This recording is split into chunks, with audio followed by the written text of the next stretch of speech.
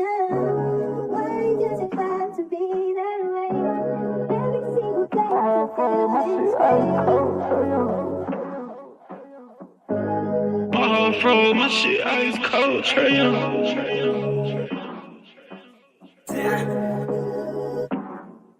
And you know I wear my heart on my sleeve. You hitting all the reads. Pack your shit like you finna leave. I go and hide your keys. Put you in position to win. Bless you without a speed. Bust you down in all the VV. Then we was getting cheap. Overplay my part, I can't breathe. I feel the pain in my lungs. I thought we really was one. My heart cold like Trae Young.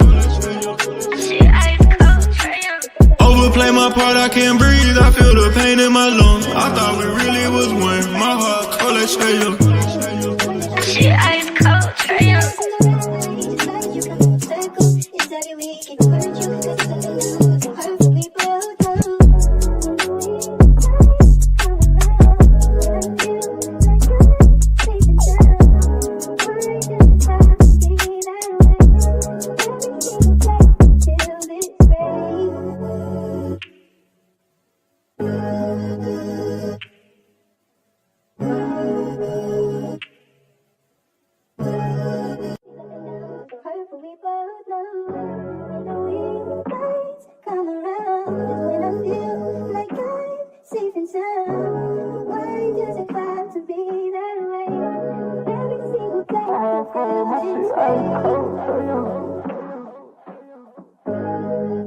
From my shit ice cold, Trae Young.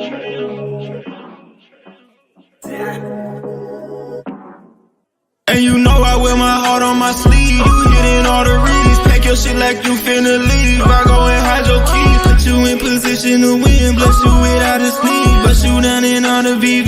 Then we was getting cheap. Overplay my part, I can't breathe. I feel the pain in my lungs. I thought we really was one. My heart cold like Trae Young. Overplay my part, I can't breathe. I feel the pain in my lungs. I thought we really was one. My heart cold like Trae Young. She ice cold, Trae Young.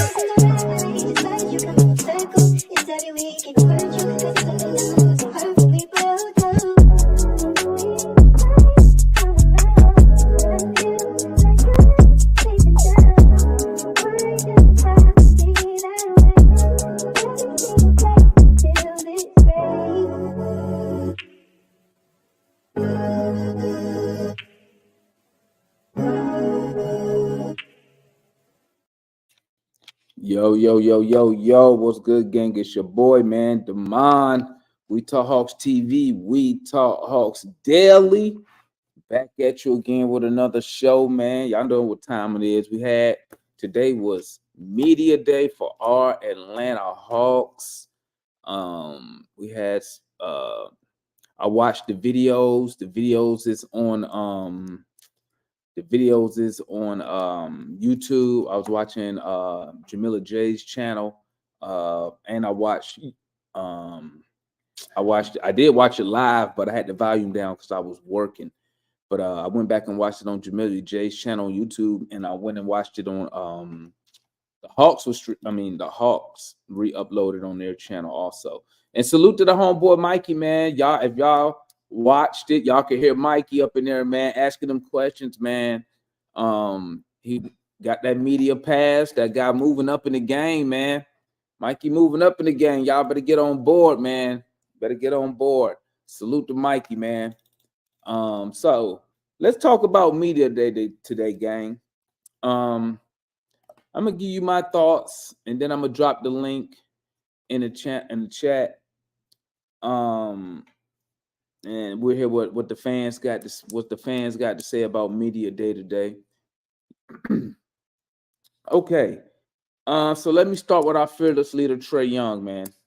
Trae Young. Today, guys, watching the video, I'm sure if you get in contact with Mikey, he was there in person. But just through the video, I could see the excitement in Trae Young, man. Like, he is ready to get started. He looks like he's a man on a mission, bro. Like, he was antsy. It's just like he was ready to ball, bro. And you know what? He said something, guys, he said something that y'all hear me say all the time, man. I say it all the time. I say it all the time. He said, the reporter asked him something about at the end of one of his questions. He was like, yeah, and being all-star. And Trey was like, that's not my goal. Being an all-star is not my goal. That's what I'm talking about. That's what I'm talking about. The individuality. We don't need that. You already got that, Trey. You done got all-stars. You done got all NBA, baby. You don't need that. When I heard him say that, I'm like, hell yeah. I'm like, this dude is focused. You hear me? He was focused today, man. Being an all-star, not his goal. He feel the offense will even go to a higher level this year. Listen, if they can get them threes popping this year, we could average what, 125 a night? I mean, hey, like they used to tell me in the Army, man, it sound good, it briefs good, you know. You presenting it good, but obviously we got to see it on the court. You know what I'm saying? He said he knows we need to get a high seed in the playoffs. He said there's no excuses. No excuses. That's what he said. Y'all heard what he said, right? He said it's no excuses. None. So, hey, we know what time it is this year, man. No excuses. I don't want to hear nothing about the Celtics. I don't want to hear nothing about the Bucks. He said there's no excuses. Y'all hear me? So don't be coming in here with no bullshit this year. Don't come in here with that nonsense. No, and I hope Matt need to hear that. He said no excuses. He said the consistency is the key for this team. He said we can't play good one game and do what we're supposed to do and then take 2 or 3 games off. We got to do it day in and day out. I mean, it sounds good to me. To me, it's common sense, right? But you do know, there's probably some players who probably be bullshitting sometimes. I mean, we human. It is what it is. We just got to make sure Trey and DeJounte hold those players accountable. He got to hold them accountable. Okay. Let me move on to Murray, man. Murray, he didn't really say nothing to me that stood out to like, he didn't say nothing you didn't already know, man. Basically, he was talking about loyalty. When they asked him about the contract, loyalty, he knew he made a commitment to Atlanta when he got traded here. Leadership. Well, he did say one key thing that stood out to me. He said something key that did stand out to me. My bad, gang. He said, and y'all can take this how y'all want to take it, okay? Take it how you want to take it. He said, him and Trey cannot be selfish. He said, me and Trey not being selfish. We can, and he's talking about on the offensive end.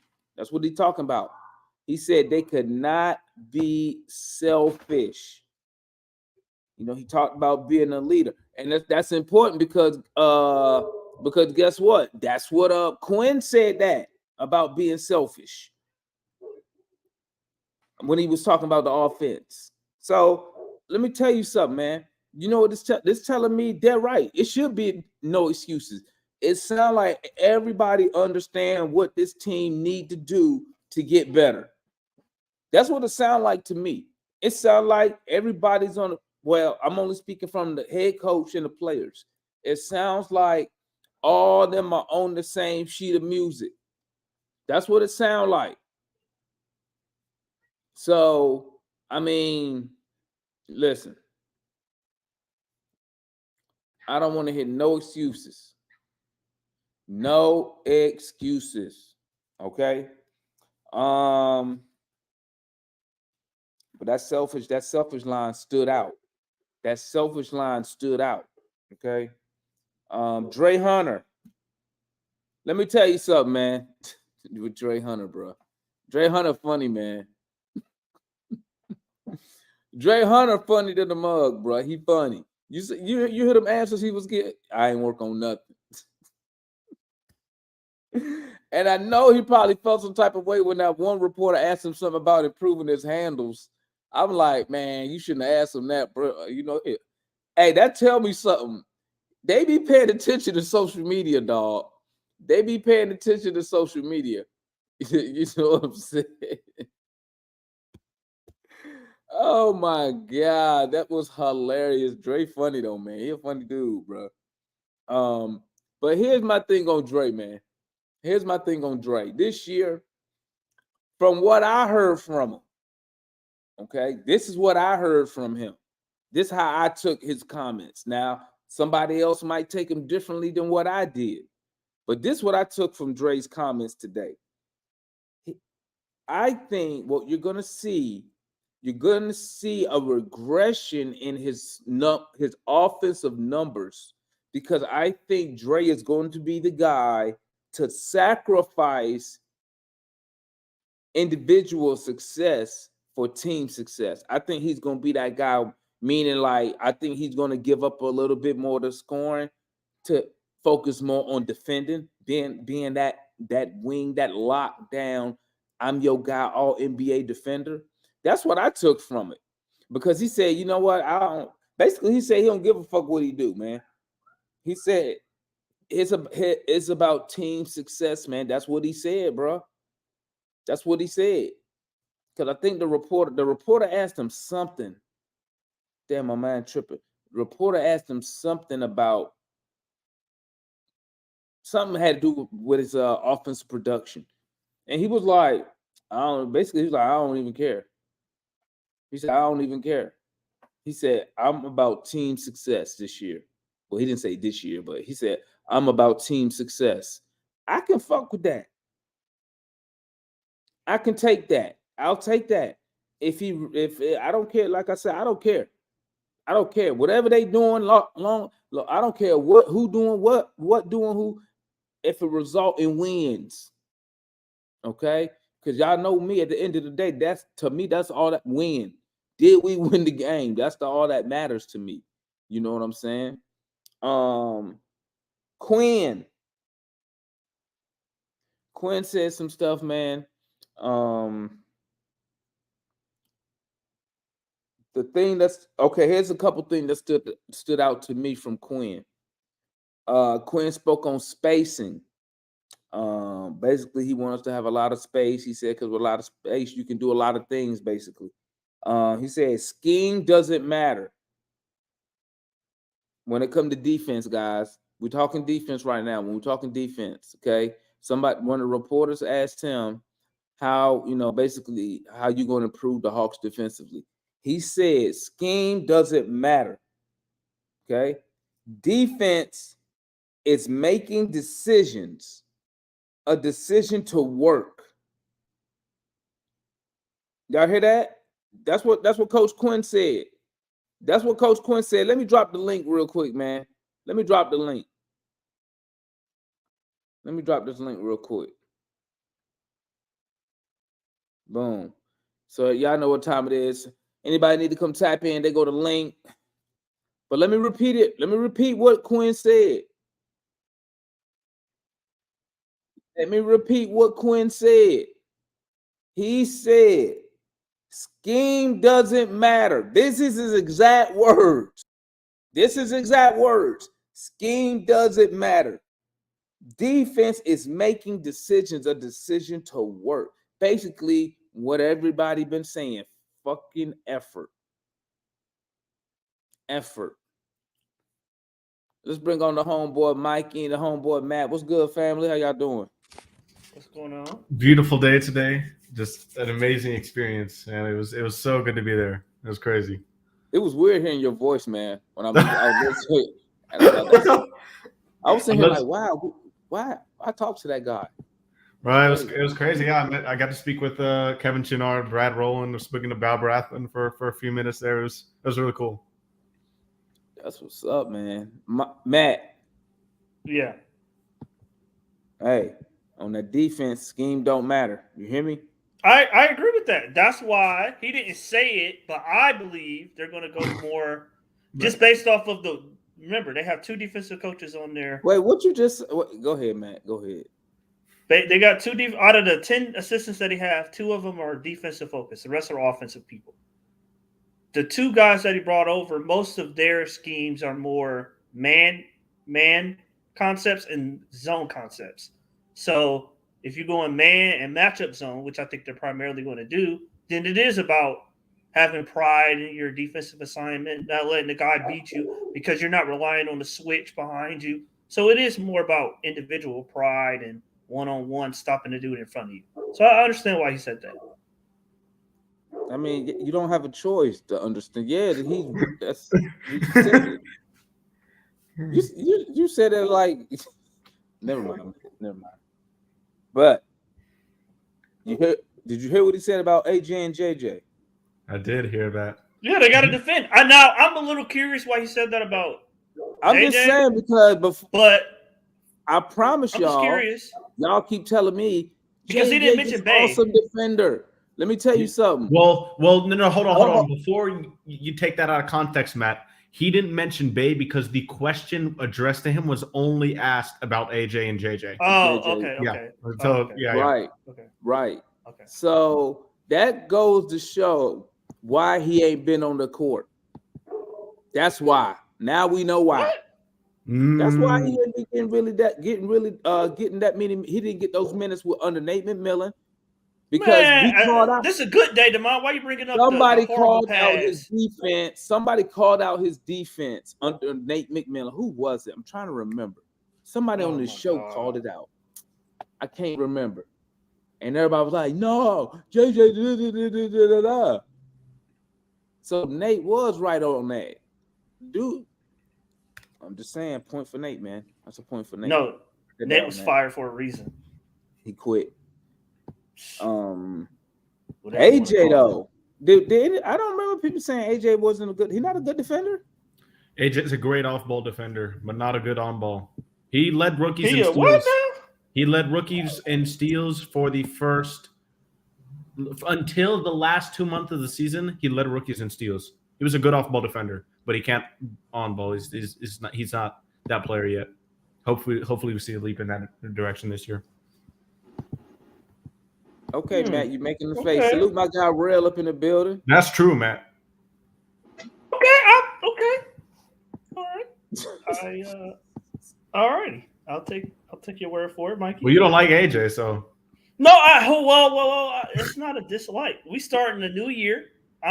You know what? As I was watching DJ talk, I said, you know what?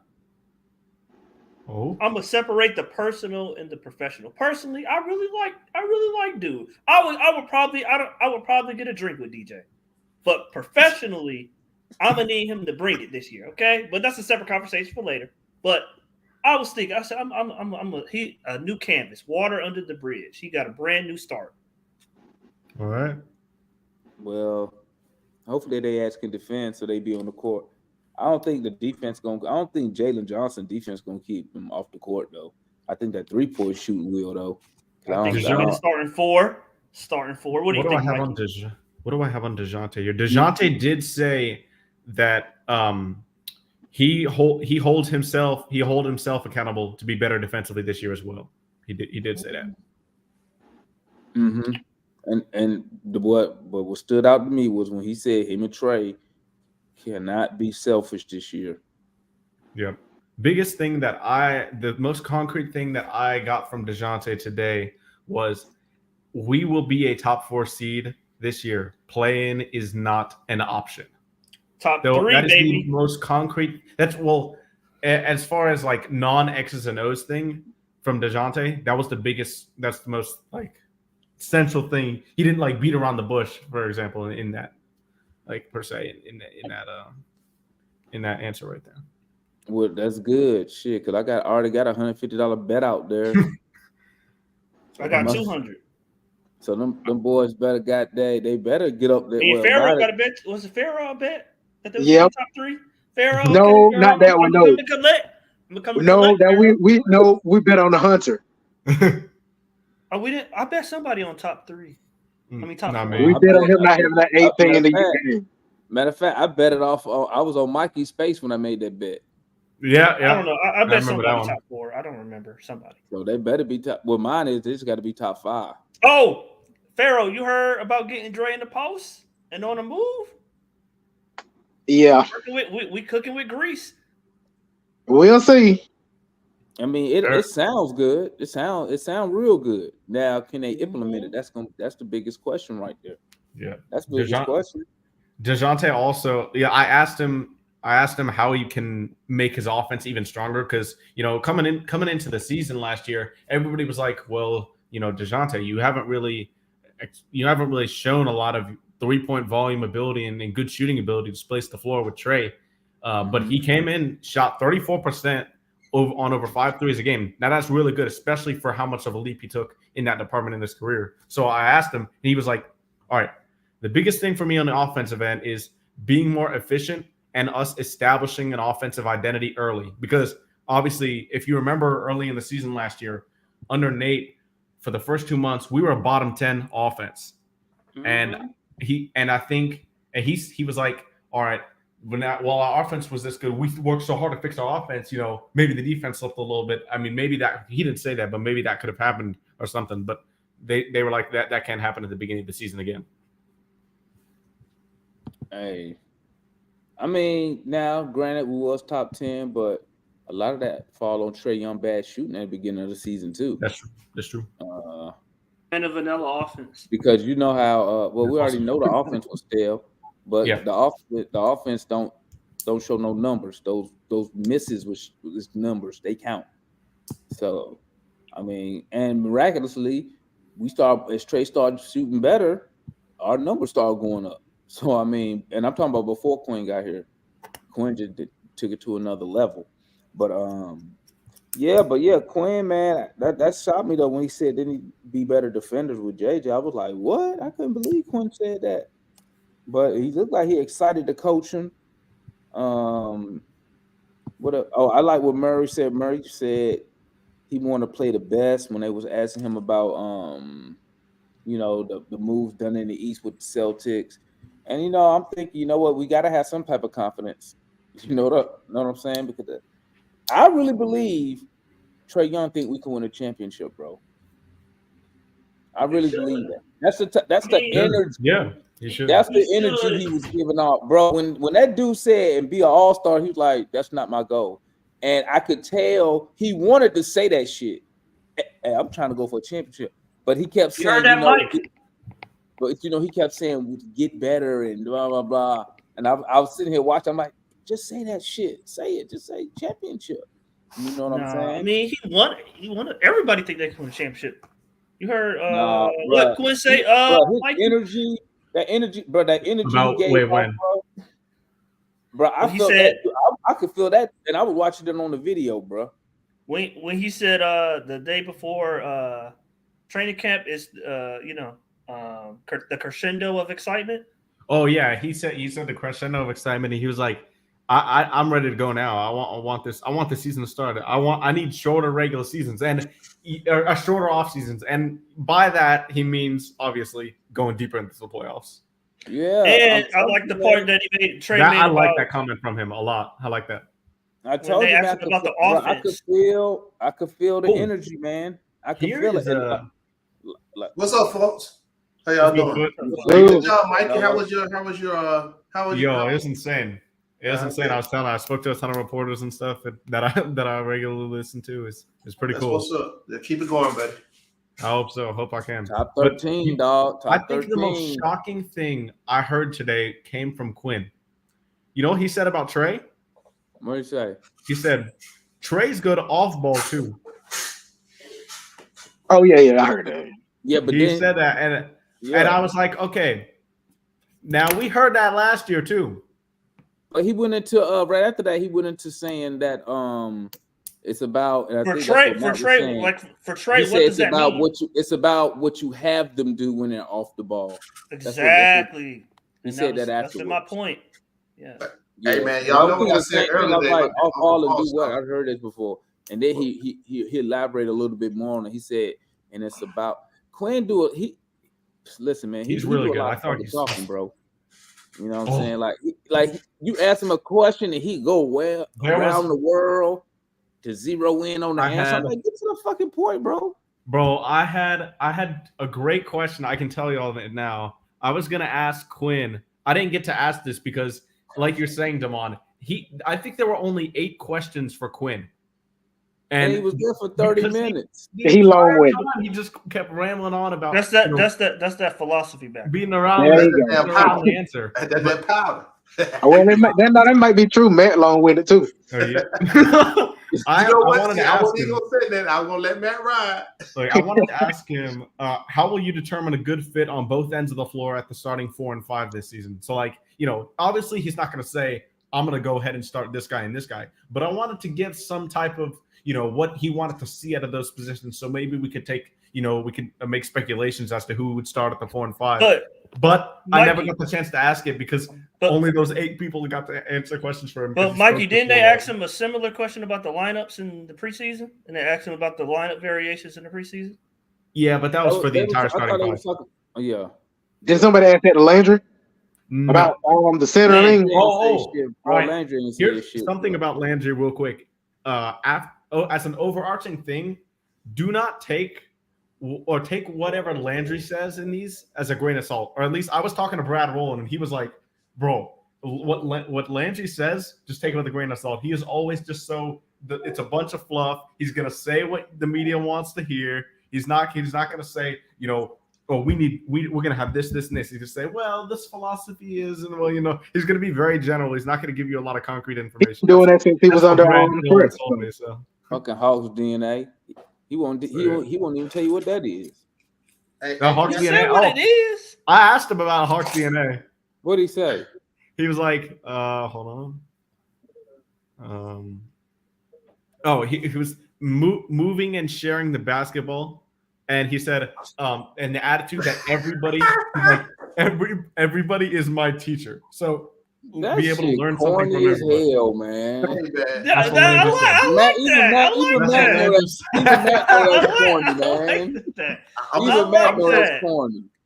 I'm saying what I said earlier on the Twitter space, right? That's corny. I want to hear nothing about Sharing this the talking, back. right? Get the fuck out of here. I Sharing want to hear the everybody Landry. clear out the ball. He might have just said, don't do drugs, just do the right thing, some shit like that. Sharing the I like that. basketball. Are you serious? Everybody is each other's teacher. I like What that. grade are we? What grade are we here? Oh, where Mike at? Mike not gonna like that because he want. No, everybody he to doesn't. be there. Yeah, there it is. He want everybody to be there. He don't believe in collaboration. What? Man, look, Sharing I'm saying what I said basketball on the spaces earlier. Hey, man, they need to play basketball. I don't care what about the coaches saying, what the coaches doing. Them dudes start with Trey and DeJounte. And all this tray out the ball stuff, I don't hear that foolishness no more. All it is ball movement and people movement and spacing. They've done it. Spacing Damn, was all that off the huge. ball. All this extra. Huge, Mikey. Spacing is huge. I can't count the number of times I heard Quinn use the word spacing. But Matt, here we go with some Capella and spacing. Yeah. So Did he Snyder- say? Didn't he say get out the No, way? don't do that. Oh yeah, okay. Hold on. I knew this was gonna happen. Didn't he say that, Mikey? Didn't he say He that? did say that, but he also said that if you have Clint Capella as a role man, you have the defense have to make a decision. Do you help in and guard the basket, or do you leave the 3-point shot open? That's exactly the scenario he put in front of us. So when you've got 4 shooters on the perimeter and Clint Capella in the paint, it can work. And that's what I'm saying. He's still a valuable member of both sides of the floor. I don't know. Man, hold on. And then you know what? You know what else he said? You know what else he said, Mikey? Even and Clint Capella bought it when he played in Houston. He said, I was a starting center in Houston when we led the league in 3-point attempts. He That said, is the league history, by and the what way. did he say, Mikey? He said something about being a rim runner in that type of setup. Yeah, he was. see that? He could be a rim Come runner in on, that sense. come on. He Yeah, also said he didn't improve on all aspects. Jeez, Matt. I'm just telling you what he said, Mikey, man. I got Mikey. What I put away was when he said, "Move the fuck out the way so the dude can lay the ball up." No, he didn't. He said sometimes spacing is just a matter of just not being there, He said not not getting being into in the somebody's play. way. So Capella does Matt, with the Gerald. Gerald, we all know he does. It's just Matt. We Hey all Mike, know- I'm glad you said that because I said the exact same thing on the Twitter Spaces.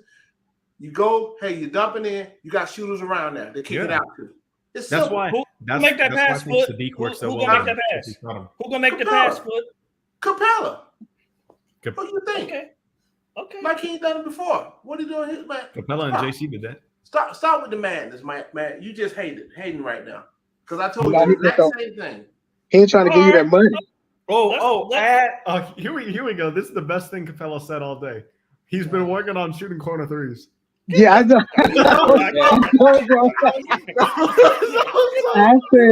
I said in the chat, if Quinn got this man out there shooting, I'll never say another bad word about him again.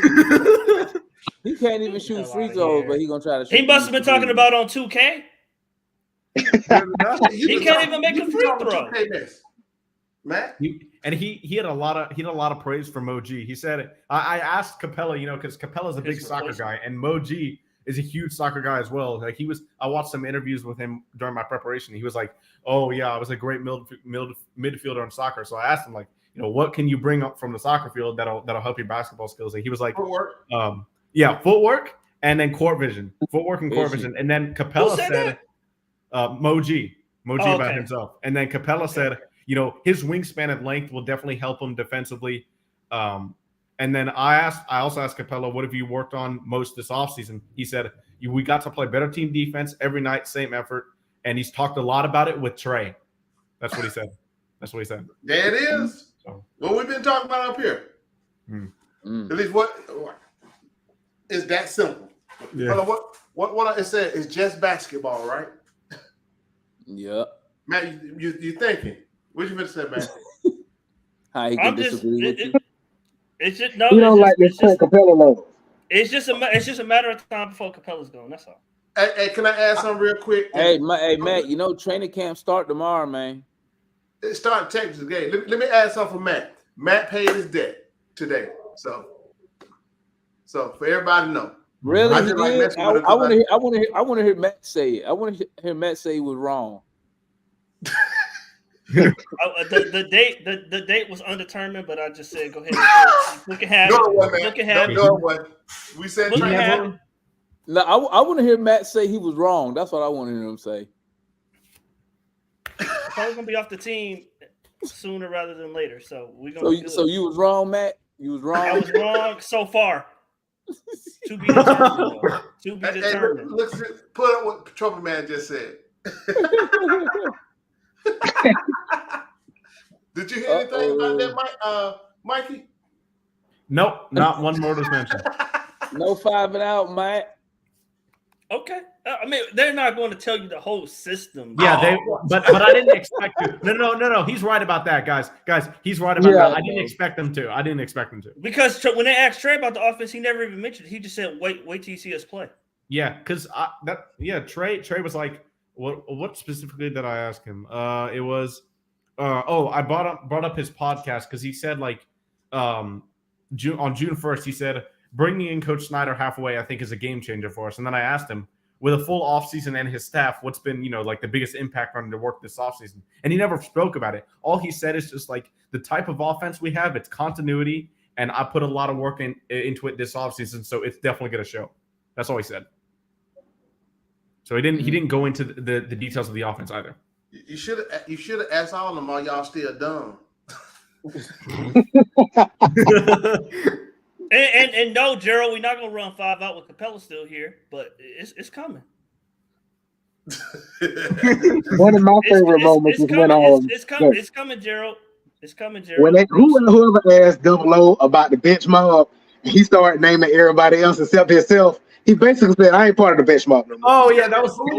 By the way, that was my friend Jack. Actually, who I don't know if y'all know, he runs the Hawksology podcast.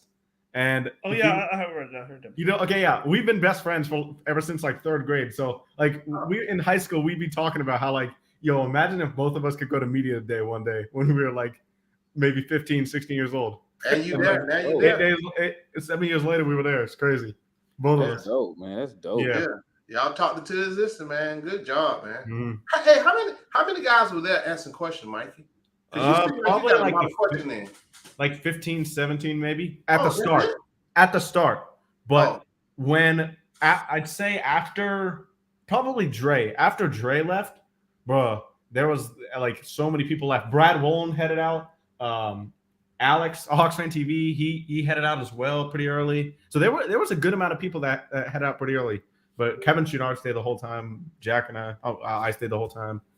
But yeah, there were a couple of people who headed out kind of early. Hey, what's your thoughts on old John Collins' comments? Oh yeah, Man, I saw this during it. I was that, great. that, I like them because I'm finna win my money from Matt.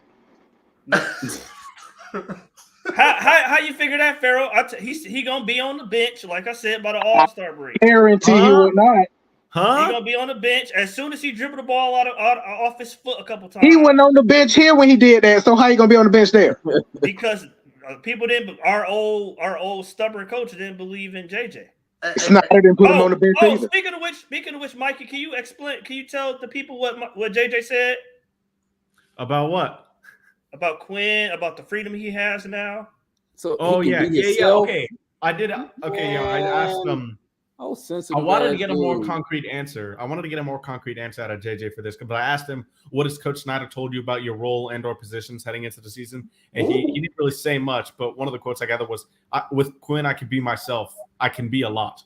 That's just what You he heard said. that foot? He's You heard that versatile. foot?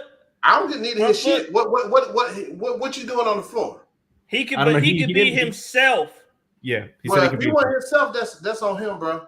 Because Well, he guess better- what? he If better you be able to- perform, He better. We know two things he better do to stay on the floor: hit them threes and defend. Quinn is already known what he need to do. He better hit them threes and defend. I can't So believe he called him out on I'm his just defense. wondering, did he mean under the old coach he couldn't believe in himself? Is that what he mean? Is that what he He meant? probably, no, What he it got to probably, do with him mentally, being he lost? probably mentally weak. yep. Oh, That's why he went to talk with LeBron. Let LeBron taught him. He went out there so LeBron can teach him how to be a Now pro. I will work on say his this. shit. I will say this. He looked real excited today. He looked real excited. Oh. Yeah, but he always been like that around Quinn. Yeah, JJ, I always thought he was like really, and especially since last year at Media Day when, it was his, well, it wasn't technically at the beginning of the season, that was his second Media Day technically, but he was still a rookie. They call rookies, like AJ technically is still a rookie in the locker room until you begin your first game in a second season. That's what he said. But JJ was like super shy and like wouldn't answer anything. Today, JJ was like really open. Like he didn't look shy at all around the cameras or anything like that. Because I told you I told you his Yeah. confidence was shot. and he said, I know I need to get better at that. Speaking of his threes, he was like, I've been working on that all off season. I know I need to get better at that. you heard that, Demar? Hey, I hope we make him. I hate I'm for gonna say Bey to take his- I'm gonna say I 30. hate for I'm gonna Bey say to take his 33%. job. Who? Me What'd too, you because say? I like JJ better than Bay. 33%. 33%. I think is good. You better shoot a little more That's than great. that. Because Bey probably gonna shoot close to 40 this You got to year. look at the defensive end of the floor. Oh, what? I- What did? Go I ahead. know Mikey. Quinn said JJ got to work on his defense, but I Well, think that's, we hold can all on. agree. What did he say again? What did I he say think- again? I know Quinn said JJ got to work on his defense, but I think we can all agree that Okay. JJ is a much better defender than Sadiq Bey. Exactly. Exactly. way Mikey, better. Mikey, can you did Landry go into detail about? He said he was trying to get an extension for Bay and Bro, been Landry done? didn't say shit, bro. He Nate actually came in with his explicitly said talking that. point. He ain't he said said You shit. know damn well he said something about that. Hold on. What Michael was saying? Yes, Go ahead, he Mike. said explicitly they were trying to get a deal done with both Sadiq and Double O. Which means what, Matt? Which Nothing. means Capella need to be packing that house up. There goes the- He need to be packing that house. He need to move into a You see rental. the redirect? What about JJ? You see the redirect he did right there, Farrell? Yeah. That's what I was waiting on. Hey Matt, ticket said they selling y'all Wolf tickets, man. He I said told Matt the easiest Did person. the dude show me something? I ain't believing shit. I need to see on the court. He say selling You Wolf got- tickets. My favorite part, okay, my favorite answer that I got out of the entire day, though, the one that gave me the most, the most like proud of myself, I guess, was AJ, because on this very show, I did like had so many people telling me that, oh, AJ just played bad. I even had Matt over here saying that Tyrese Martin maybe deserved to cut into AJ's minutes. And I'm gonna stand on that. I'm gonna himself, stand on that. AJ himself told me the coaching staff. Where is this? The coaching staff had me. I asked him, what was the coaching staff's goal when you played in the first couple games of the summer league? He said, growing in a leadership role, handling the pace of the game more, make reads better, the small details, see what he can do in a different pace of the game with the ball in his hands more. I told y'all that was what they were doing. Oh, that's what they asked him to do, not what he did well in summer league. But I told Demond also said AJ didn't play well. You also He said didn't play well. He played like shit. I was just asking. play well. He's doing something he's never done. I was just asking. Bruh, Is it come what on, he Mike. did well, or You what don't they expect asked him you to don't do? expect him to dominate. No, not when he's Well, how doing come? something he's Well, how never come been asked to Jabari? do. Listen, Jabari Smith didn't have a problem. He came in there for 2 games and dropped about 40 each game and left, and he's in year 2. And how come he couldn't be Cam Whitmore, MVP of the summer league? Boy, Nothing. Bro, Mike. Matt, come on, bro. Mike, what are you talking about? How did I just say nothing?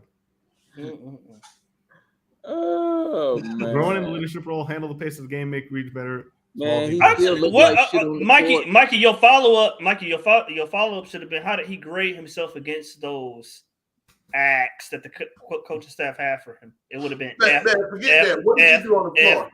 What did you do on the floor? I don't hear y'all forget all that other stuff. What did you do on the floor? Matt said you should have asked him what he graded himself.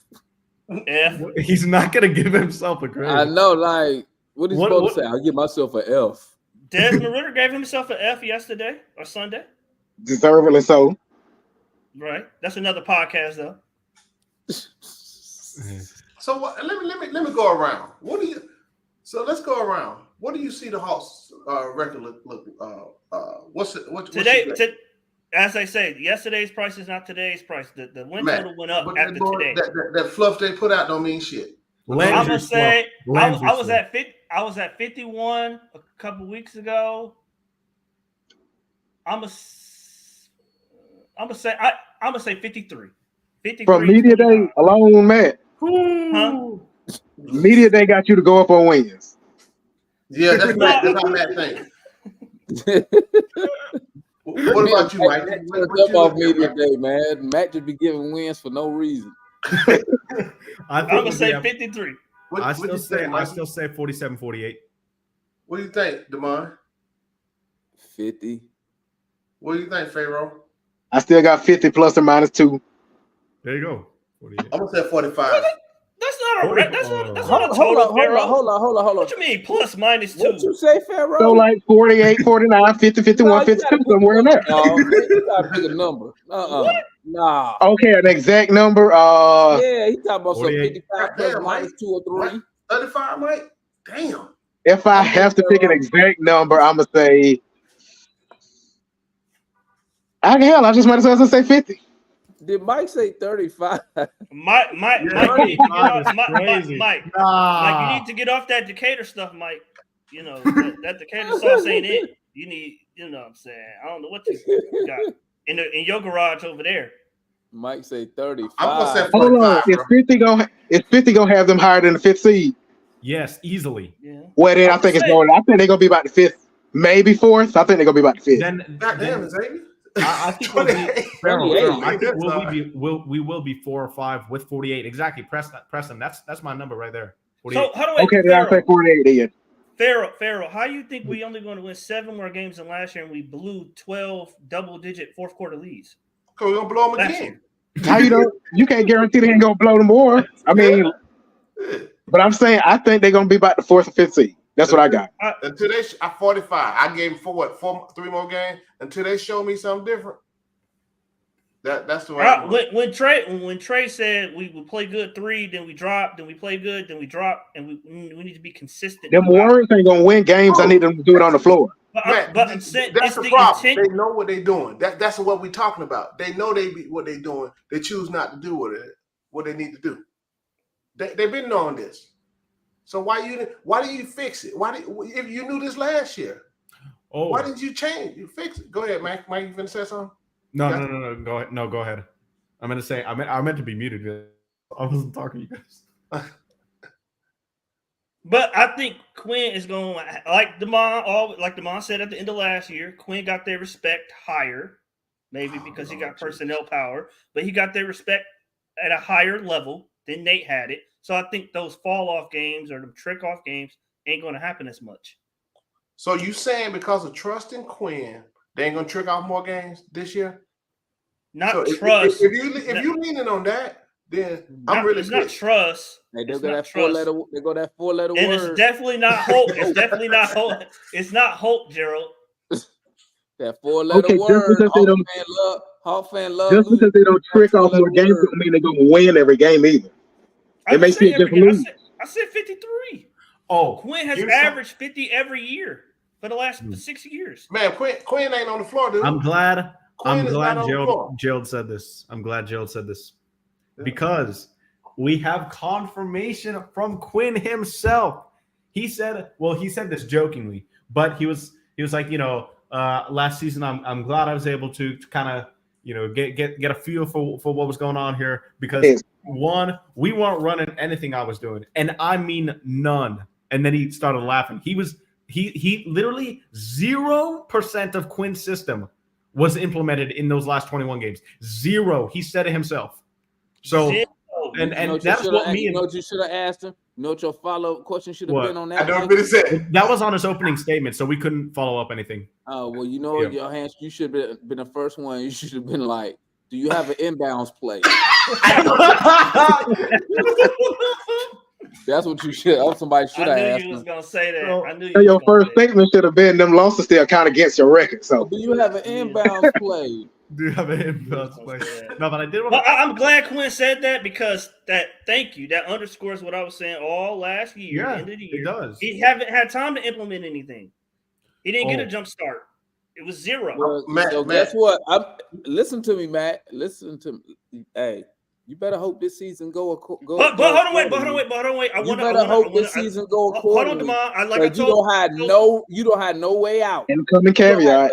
Wait, You don't have Demond, no- I want to tell y'all But up wait, front. there's more. Tell y'all up front. I do think the Hawks will start off well because of the schedule, but I want to put a precursor in there. But like I told Foot in him earlier, Quinn throughout his history, the first 10 to 15 games, his teams typically struggle because You just his made system. that up. Go back and look at No, his that's August not. team. That's not. That's. Hey, Matt. Quinn ain't on the floor playing, dude. Listen, You got to Matt, stop. Quinn ain't Yeah, you playing. better- Them hey, dudes, Matt, same dudes playing. you better pick your scapegoat right now. Pick your scapegoat now, because if this season don't go like you think it's supposed No, to go, the season. I told you. I told you. 50 I'm just saying wins. because everything is on Quinn. This his gonna be his offense. He done had the whole every excuse y'all give him. They no longer valid. So, I didn't know I'm how just down saying- Mike was on our team heading into this year. I didn't You know. know I'm what? just saying his first couple years in Utah. I'm just saying What they got to started do with slow. the players, dude? Man, stop that. Like I said earlier, You What you does that said have he to got do- better. Listen, what have to do with the dudes that he are on the he floor? tried to make excuses. Because Not trying to get Matt, check this excuses out. in now. Once again, when they ball move, people move, and they win. When they start ISO doing dumb stuff, they lose. That's been proven, right? When they listen, they win. When they don't listen, as everybody saw with the sideline report and everything else, and like JC confirmed it, they don't listen, Oh, JC. right? So until Get off my god, man. they showed the ability to play at a high level one night, or for 2 nights, then come back, just start doing something totally different than what it went. So when Trey said what he said today, they know. So they have to make a decision to stop tricking off games. They have to make a decision to put more effort. They have to make a decision to play together more. They have to make a decision for the ball don't go in the damn black hole, right? It's simple as that, and get easier shot. They have to make a decision to get up and down the floor. I don't care what the hell Quinn put in. They have to perform. He I mentioned told you space earlier. too. Or A pace, coach- sorry. Huh? He Was that mentioned Mike? pace. He mentioned pace a lot. Yeah, that's what I'm saying. Like we talked earlier. But I said that. But The pace was going to what increase. I'm The saying- spacing was going to get better. No, listen, man. What I'm saying, I agree. What you're saying is they true. show they can do this.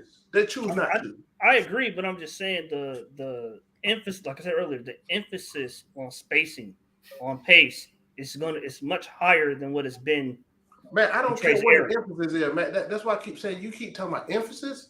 Damn, what the coach keeps saying. What are they going to do? Right for me, Foot is two of the same. no, it's not. No, it's not. Either you gonna be a hooper or you're not. Like I said earlier. So this is the pros. Are you gonna be a pro, or are you just gonna do what the hell ever? Based I on don't think you would get along with JJ.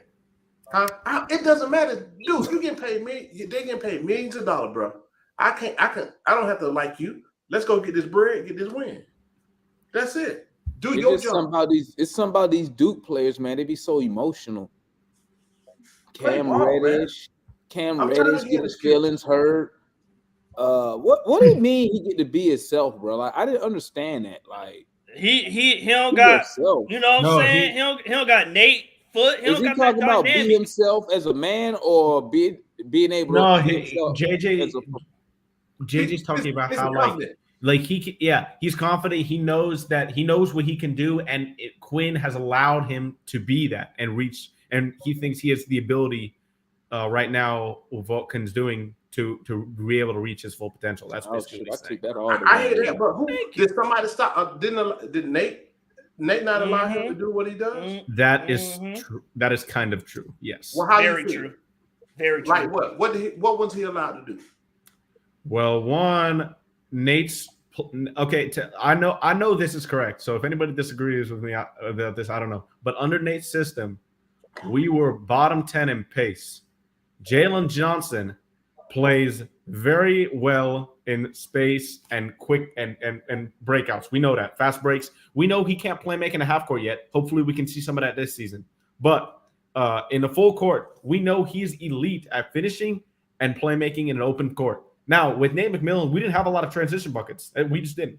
With Quinn, we had a ton, and it showed. His impact on the floor was felt immediately in that fast break, fast pace offense. So that's one reason. I got a question for you on that, right? So why did he get the damn ball, take it down, and get to the paint, get in the paint, pad that shit out? Did Nate tell him to? I saw Nate fussing like shoot the damn ball several times. But that ain't I don't think we'll ever know that. I don't think we'll ever know that. Yeah, but see, you just made this statement like Nate's not allowing him to be him. But I've seen several times. Hold on, JJ pass up opportunities and pass the ball because he don't have confidence. That's not a Nate thing, man. Nate didn't stop the kid from doing what he's been doing. Everybody knew what he could do. Even Nate said what he could do, right? So he stopped this self. So I think I ain't gonna blame it on the coach because again, he chose to get in the paint and pass the ball. He chose to pass the ball every time he had a damn good shot. Sometimes, not every time, right? It used to make me pull my damn hair out. So I can't roll with that based off what I saw in games. That come on, dog. Ain't no coach gonna tell you when you get in the paint and you can jump over everybody and kick that shit out. I'm just saying. But the assist But it ain't got to do with the system, bro. Dude, he open, shoot the damn ball. But he not a great shooter. But I'm saying the rim, dude. I'm talking about when he literally get in the paint on these breaks. He a little bit somebody pass it. But the point, but the point, got some news on Onyeka about that. Go ahead. After this, hey y'all, I'm about to roll, man. Analyst got it. He back there. He got it. Y'all keep chopping it up, family. Okay, that's what's up. Hey, yeah, you look like you need to roll, Demond. We'll holler. Look at them eyes. I gotta go put my kids. Go ahead, Michael. What you going to say? Salute y'all, man. I appreciate y'all for tapping in. Hit that like button, man. I'll holler at y'all, man. All right. What you say about Onyeka, Mike? No, well, y'all were saying like I like you were saying JJ's not a great shooter. I don't care, like shoot it, confidence, right? Yeah, shoot that shit. So Onyeka said, or the first question that came to Onyeka was, I think it was Jamila J. I think she asked him, like, is it more of if you're open, just shoot it, or Quinn has kind of instructed you to like pick your spots, and if you're open, you can shoot it, but but it kind of be more conservative. And Onyeka said he's okay. Yeah, he said that Quinn told him, if you're open, shoot it. And he said he feels good about my shot heading into the season. He said he wanted him to, quote, let it fly. So we could see JJ and Onyeka. JJ didn't say anything about that, even only that he's worked really hard. He didn't say about how many times Quinn wants them to shoot it. But especially for Onyeka, maybe we will see him shoot a lot more threes this season. Take a decent sized jump. I just want them to take open shots when they open, especially the 15 footers and stuff like that. Yeah, he was money from that. Yeah, or when JJ start to break, I don't want him to kick that shit out. He can jump over everybody. Just be like Scottie Pippen. Just go to the right, finish it. Mm-hmm. So, like I said, it's just confidence with him. It wasn't no damn Nate, So that's all I was saying, because based off what I see. Sometimes he'll go to the hole. Sometimes he'll pull that shit out when ain't nobody in front of him gonna stop him. That's what I be talking about. So, we'll see, man. Hey, I'm hoping for the best, but until I see, I'm not drinking the Kool-Aid yet. Because they don't got me last 3 years. So Bogey was talking about he was so happy that he wasn't injured this media day. So he's been injured the last 2 starts of training. And he was like right now, he's like, if you're injured during the offseason, you lose the fun out of the offseason. You lose prepping for the season, going to the gym, getting your shots up. He's like, yeah, obviously, the weight room's not the funnest part, but he said, like, for example, if I was to go drive by somebody's house and tell a kid, check up, play pickup with a kid. Obviously, he said he wasn't going to do that, but he couldn't do that even if he was because he was hurt.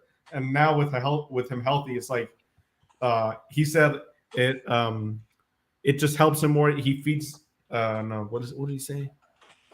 He was like it took the fun out of the offseason and took the fun out of just prepping for the season. So he was able to trust his work and try to outwork each other on the court and on the offseason. He said that was much more enjoyable than the past few seasons. I just wonder what spending the majority of the time rehabbing. Them saying Patty gonna play more at the 2. I just wonder what the bench lineup is gonna look like.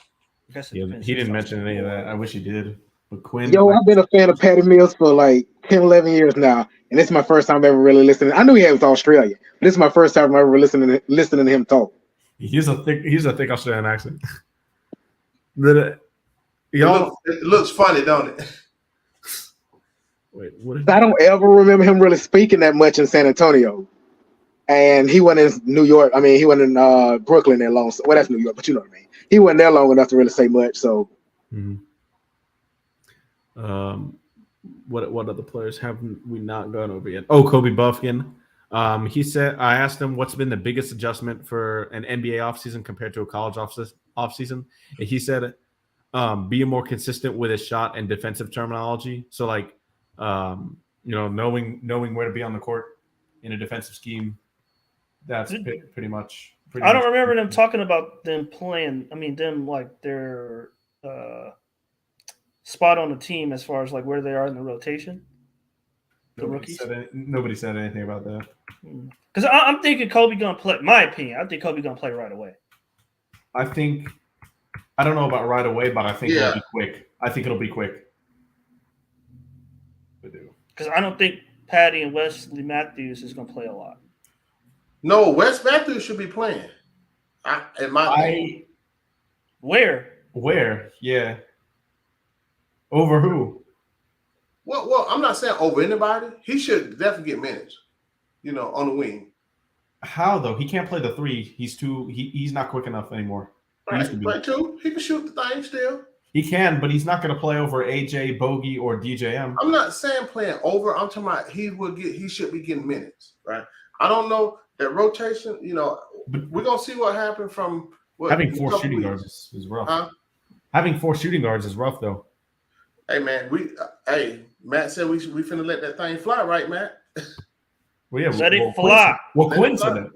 But he's gonna be like 6'6".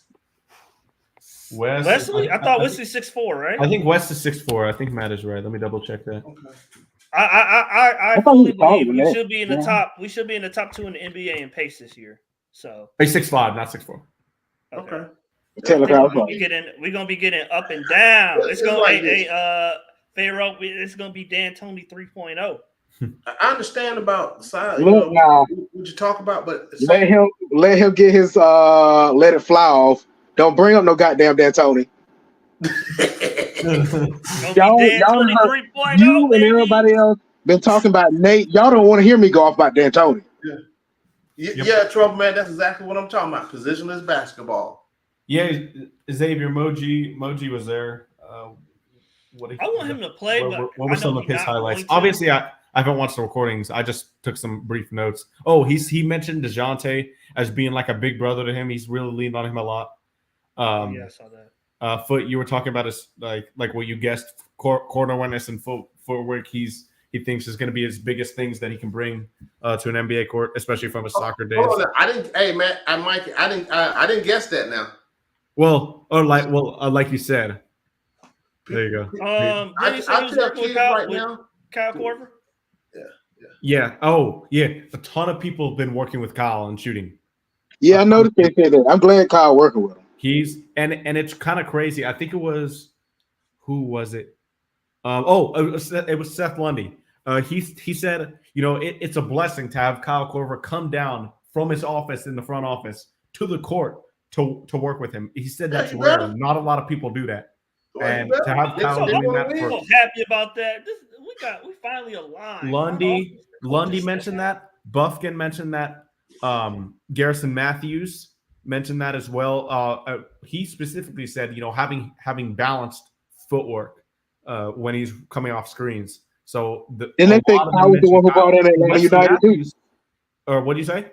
Didn't they say Kyle was the one brought in Atlanta United? Yeah, Kyle was the one who brought in Atlanta United, and also Wesley Matthews said Kyle Korver was the biggest reason. One of the biggest or biggest? I don't quote. One me, of the he biggest. said either. Why he One came of, to Atlanta? Yeah. yeah, he said one of why he chose Atlanta because he was he had him when he was in Utah. He was his vet. And I'm gonna tell you, man, back to this soccer stuff. I tell young kids all the time, man, go play soccer. When you can, because that's helped with the footwork tremendously. If you go play soccer, I tell them that all the time. People underestimate what soccer would do for your football, huh? Clint said it's football. Well, Whatever it is, whatever the hell they want to call it. Hell, I call it soccer. Mo said it was football. I think.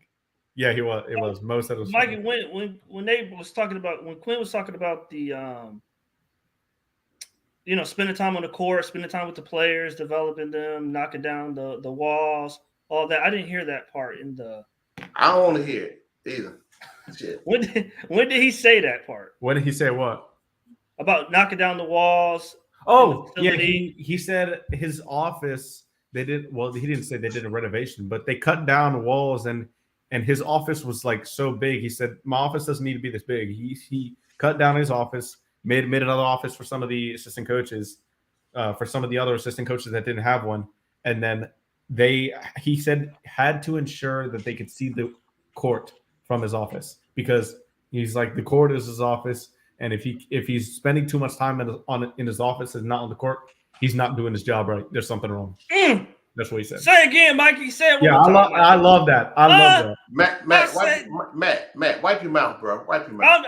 Foot, you can say what you foot. You can say what you want, foot. But this is our last regime.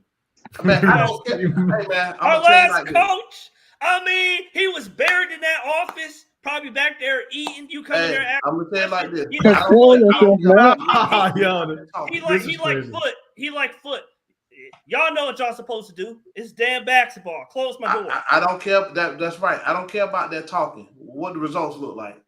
You can talk, break down walls, whatever the hell you want to do. What that scoreboard look like. That don't mean nothing to me. What he can put his office in the gym. He can put his office is the in gym. the corner of the gym. I don't care. Yeah, thank you, Trouble Man. Nate was a hooper. Oh. So y'all keep shitting on Nate. Nate was a baller on both ends of the court. Nate was really good at a player. What are you talking about, Matt? Yeah. I mean, no. I mean, he was a baller. We So all why know, you obviously. It's disrespecting not a that debate man about like Nate. that? We all know it didn't translate. Foot. We all know it didn't translate. Boy, stop. Get out of my face. No. The problem was they were soft. We had a soft team. Let's keep it 100. Oh, speaking about soft team, Pharaoh, how can your man say one thing while he in Atlanta and then he get to Utah and now he say something completely different? He ain't saying nothing different. He ain't really say nothing different. He ain't saying nothing different. I never heard him say an ego problem. Read the quote. Read it. You read it. Let me hear what he said. I read it earlier. John used to give you little nuggets. John just kept it corporate for the most part. Yeah, because he's a professional guy. Yeah, he kept it corporate. Today's comments was unprofessional, Mikey. No hell it wasn't. No, I thought he could have worded it a bit differently if he didn't have any animosity toward us. That's all I'll say. I thought he could have worded it. I think he got animosity to somebody or someone in the front office. I'm gonna tell you like that. They stunted JC's growth. That's all I'm gonna say. Yeah, it was not terrible. It's partially true, man. It's partially true. And like disappear. I'm sorry. They stunted JC's growth. Yeah, I'm not talking about that. I partially agree with that. I'm talking about the ego comment. What ego comment? What? Oh, what he said today. Something about having an ego. No egos back, here. Bro. But dude, he had issues for a long time. He just kept it corporate. He would throw little tidbits when the whole thing came between him and Trey. They just kept it corporate, man. That's all it was. You know. So again, you got to think about it. They gave that dude away for nothing. Mm-hmm. He had to go for them. Rightfully so. You know what? I hope JC is on the All-Star fucking team this year so I can rub that shit on face to the end till the end of time. You know, y'all know. Okay, y'all remember? Y'all, I'm not gonna say. I mean, most of y'all probably know who asked this, but remember the reporter who asked Dre what he's been working on, and he said nothing. Yeah, about the handles. Yeah, so you probably know who asked that, but there is now 103 bookmarks on that tweet. Hawks Twitter.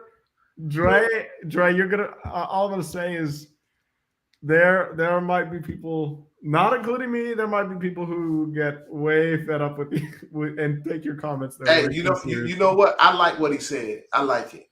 I like being different. Honestly, y'all know how much I can't stand him. I did laugh, but he still get on my nerves. I think he was 50% kidding, 50% because. He just doesn't get along. Well, one, I know he doesn't get along with the person who asked that for a fact. He don't get along with who? The person who asked that question. Who was it? Yeah, because he always trying to. I'm not going to say that. I'm not going to say that. Okay. But you can figure it out if you go through Twitter. He like Pharaoh. He hate Dre. Well, he doesn't. At least he showed some personality on that answer because he had. That's exactly why I laughed. He's so fucking stiff as a board boring. Somebody said it in the chat. Somebody got it. but yeah. It was. I'm trying to remember. No, but yeah, it was. Yeah, that was hilarious though. People were laughing, but Dre was just like nothing. And he kept the straight face. That's what made it even more funny to me. They were. Y'all know something else that's cool. Like they do all the animations and the things that they put on the jumbotron there. They record those there, and that was pretty cool to see. Like with the backdrops and everything, like the action shots. You had Trey making like a behind the back between the legs pass for the camera. That was pretty cool. But what other players have we discussed? Oh yeah, Trent Forrest said this. I thought it was pretty interesting. So I asked him, how did playing for Coach Snyder in Utah play a part in re-signing with the Hawks or accepting that that qualifying offer. And he said this year he expected to be even harder for teams to guard us this year. It was a huge deal for him playing in Utah for Quinn because their offense there was crazy good. And now he feels like this team is even more offensively talented. He's been working with Kyle Korver.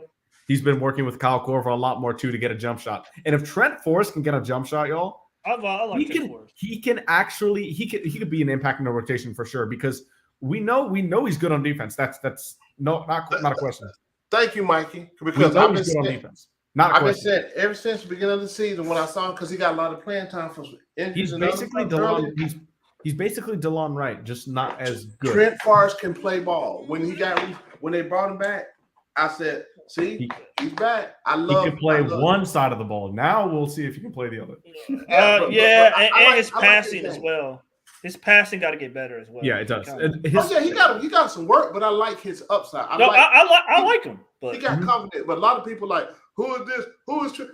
I hate those people. I hate you can't slander a player just because you don't know who they are, bro. Like, yeah, I seen enough of him to keep him on his damn roster, some form of fashion. mhm. I like him. He's confident.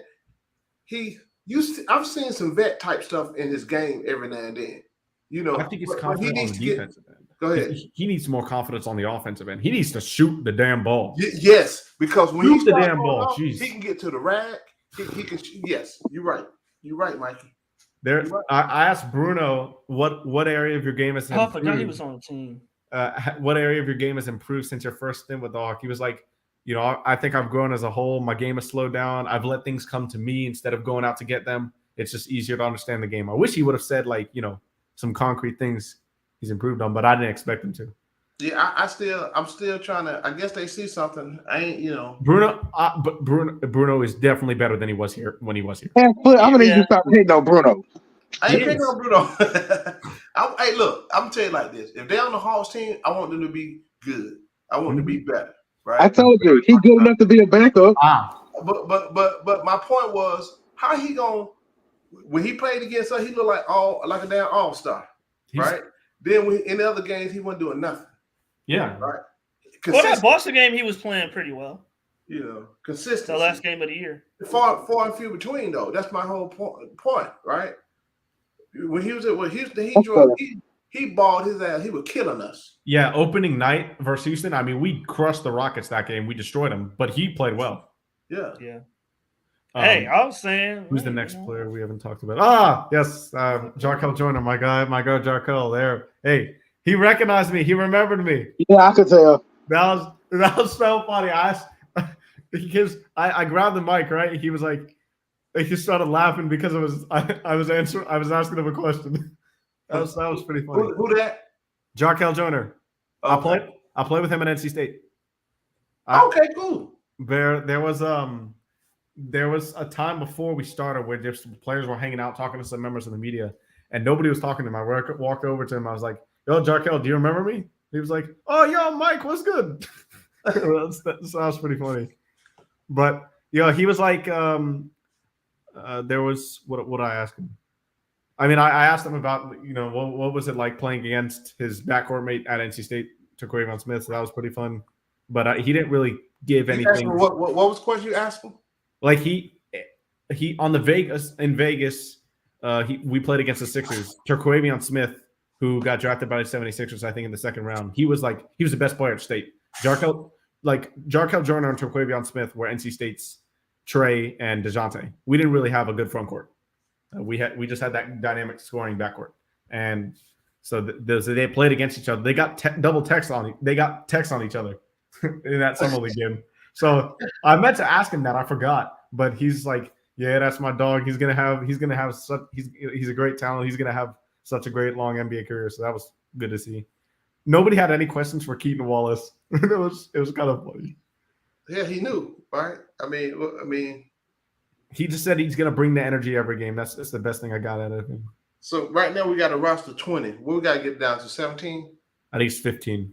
15, yeah. Can't But 18 of those is 18. Can the 3 extra ones of the 15 be two-way, or is it including the 15? So then it's 12 and the 3 two-way. No, it's the 15 plus the 3. You know what it is, Matt? Okay. You said 15 plus the 3? Yeah, so Jarkel and Keaton Wallace getting cut probably. Unfortunately. Yeah. But They probably just can't. Even crazier. Probably just can't bodies. What's that, Mike? It's crazy. I left the building and he was behind me leaving. We were on the road. He was behind me for like a good 10 minutes leaving the building. So this dude, I don't know what the hell is going on, but it's hilarious. Who are you talking about? Jarkel Joyner. Oh, okay. Hey man, you should have told Quinn, man. Stop looking like you just did a couple of lines, bro. God dang. Dude, Quinn, like you could tell on the broadcast that he's energetic, but bro, you walk into that, you hear him speak on that podium, you walk in there, you can feel his enthusiasm, just like do this, do that, do this, do that. Like he was all over the place with those answers too. Like you can pick apart his brain about basketball, and I could sit there and like talk to him for hours. It would be so fun. Like he's actually like a basketball genius in terms of offense, especially. You heard that, Pharaoh? Oh God, I knew you was gonna say something. It's trigger words to get mad. Genius when it comes to Hey, Pharaoh. I was doing the countdown when soon as Matt said 5, 4. No. That's what I texted Mikey earlier. I was like, as soon as Mikey said genius, I said, "Oh God, here we go." Hey, that's what I told. No, Mikey did not at like 3 o'clock. I texted Mikey that. I was You did. I said, man, he's a genius. Oh, bro, this was some BS. Like I asked him to look at something, and apparently, I got it from Hoop Psych. There was like an interest or a rumor that he was looking to maybe play for the Filipino national team. I saw that. And apparently it's fake. So I asked him about that, right? He said, I don't know how to answer that. I mean, I'm Nigerian. I was like, yeah, I know you're Nigerian. But I saw an interest on Hoop Psych. He said, that's wrong. Alex, apparently this guy who we trained with when he was younger, he told me, must have been saying that to people, and he got a ton of texts saying that as well, but they're all wrong. And I was like, I apologize. He was like, no, it's not your fault. There's a rumor out there. It's just not true. So I don't know how because Hoop Psych is a legit source. Excuse me. So yeah, I've seen that stuff. One of their sources is like, just when did he become Filipino? One of their sources is just blatantly out there lying about him, and I got mixed up in that. So he's like, I felt kind of embarrassed at first, and then he was like, "Don't worry about it. Like, you're not the first person who's asked me that." So I was like, "Okay, oh, thank goodness." That was a weirdest moment in the day for sure. I was like, I'll ask this question because I saw it, but did y'all have some assistant coaches out there? No, I didn't see any assistant coaches. Okay. I thought they'd be there at least. I knew they weren't going to speak on the podium, but they were there.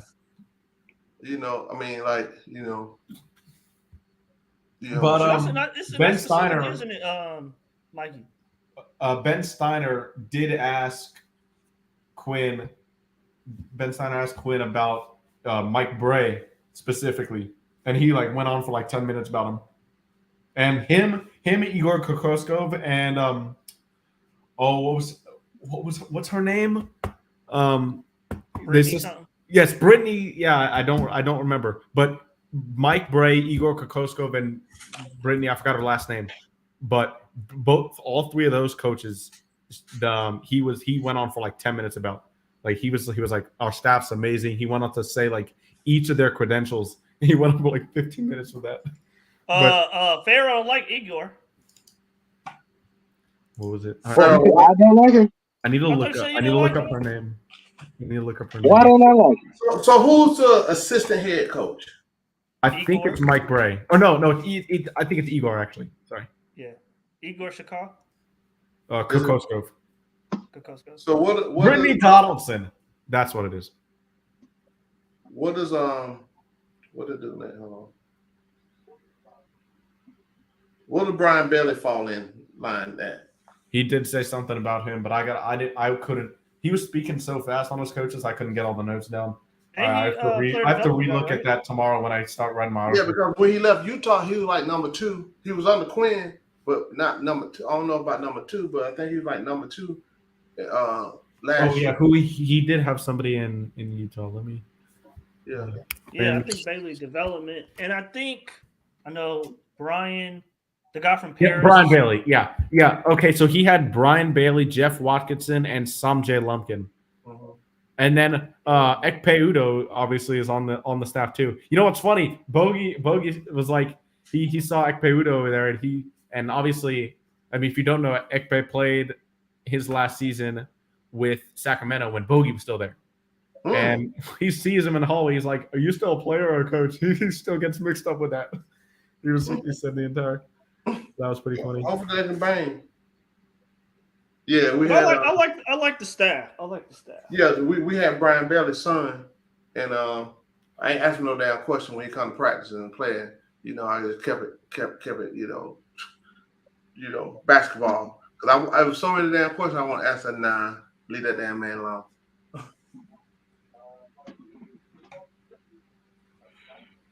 What up, Jill? Yeah, so it's gonna be interesting. Hey man, what y'all think about Moji? I'm still thinking I'm super hot. If I like he, Moji. hey man, I don't know, but unless JJ don't got better, he might be able to get JJ around for his money because his damn energy. It's just what he This can. season? And he can shoot. Not this season. I don't think so. He got to add on. He got to add like 15 pounds. Yeah. Oh yeah, he got to get his weight. He got to get on some protein shakes or something. Here, I know Gerald would say, no, he's a center because he's 6'11". He what? He's 6'11". I'm pretty sure. He ain't no damn center. Well, he's a power forward. He's not a center, bro. Yeah, he's a power forward right now. Hell no. That- You know, but how what? So Height when you don't look make at- you. Height don't make you a certain position player. Thank you. They need to stop this. Thank you. Onyeka Okongwu has no skills of being a power forward, yet people want him to play there with Capella. I know. No, That's he crazy. can't play power Insane. forward. Insane. He can't. It's, I just don't really like him at center just yet, but he ain't no power forward. it's garbage. It's actually garbage. Yeah, he ain't never played power forward. And you see, if you watch him in high school with them ball Ever. brothers, Not He's one the minute best. in college Yeah. either. Not even yeah. a second. And at USC, exactly. He ain't no power forward. Mhm. I can say that too. Wait. I just, Oh, okay. go ahead. No. No. Continue to talk because I gotta words for Raj here for a second. Oh yeah, so I don't know, man. But like I said, I ain't drinking the Kool-Aid until a quarter of the season, about a third of the season's over. All right. You know. Raj, what did you think of your old mate Pascal Siakam's comments on Media Day today? You see those? I heard about Udoka was said some nice. Hey, what was said by what did Siakam said? Oh, it was crazy. It was like, hold on, let me get this exact thing. So basically, Because didn't what's the name? so this is what Brad said. He was like, so Siakam's reps messaged hard all summer that he didn't want to be traded and wanted to sign a Supermax in Toronto, right? All this, we know this. Then Media Day arrives and both sides are already turning up the temperature with the Raptors. So What you mean by turning up the temperature with the Raptors? Because Siakam's like, oh, you know, I want to be somewhere where I can win. If we're not winning, I don't know. I just see that. That's what I'm here to do. And then and then Masai said something that was like crazy, like the opposite of that. My bad. I said Udoka. Yeah, Masai. My bad. What? Yeah, Damon said something. Masai was going in or something on Pascal. I thought he called him selfish or something. Yeah, like that. that's what he said. Was that you, Max, who said it, or Damon said that earlier? Was that you, Max? Somebody said it. I think it was Damon, but yeah, I read it. Yeah. Oh, okay.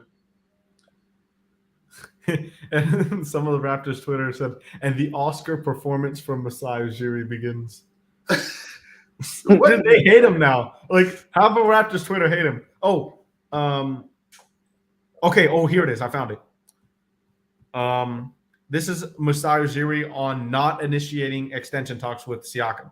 He said, a lot of players didn't play the right way. I said it, that we were selfish. I'm not running away from that. We were selfish and we didn't play the right way. So let us see us when we play the right way.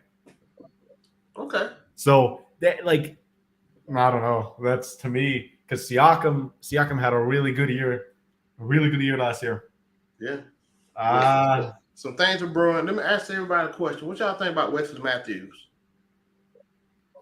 What I think about him. In terms of what? I think he's a good bet. So, because I was talking about Garrison Matthews earlier. So, what about Wesley? Oh, okay. I want forgot to he talk was on about the Wesley. team. Was he on the Wesley. team? I mean, was he at Media Day? Garrison? Yeah. Yeah. Yeah, Garrison. What did he? Yeah, Garrison was a guy who talked about working really hard with Kyle, shooting with his shoes off.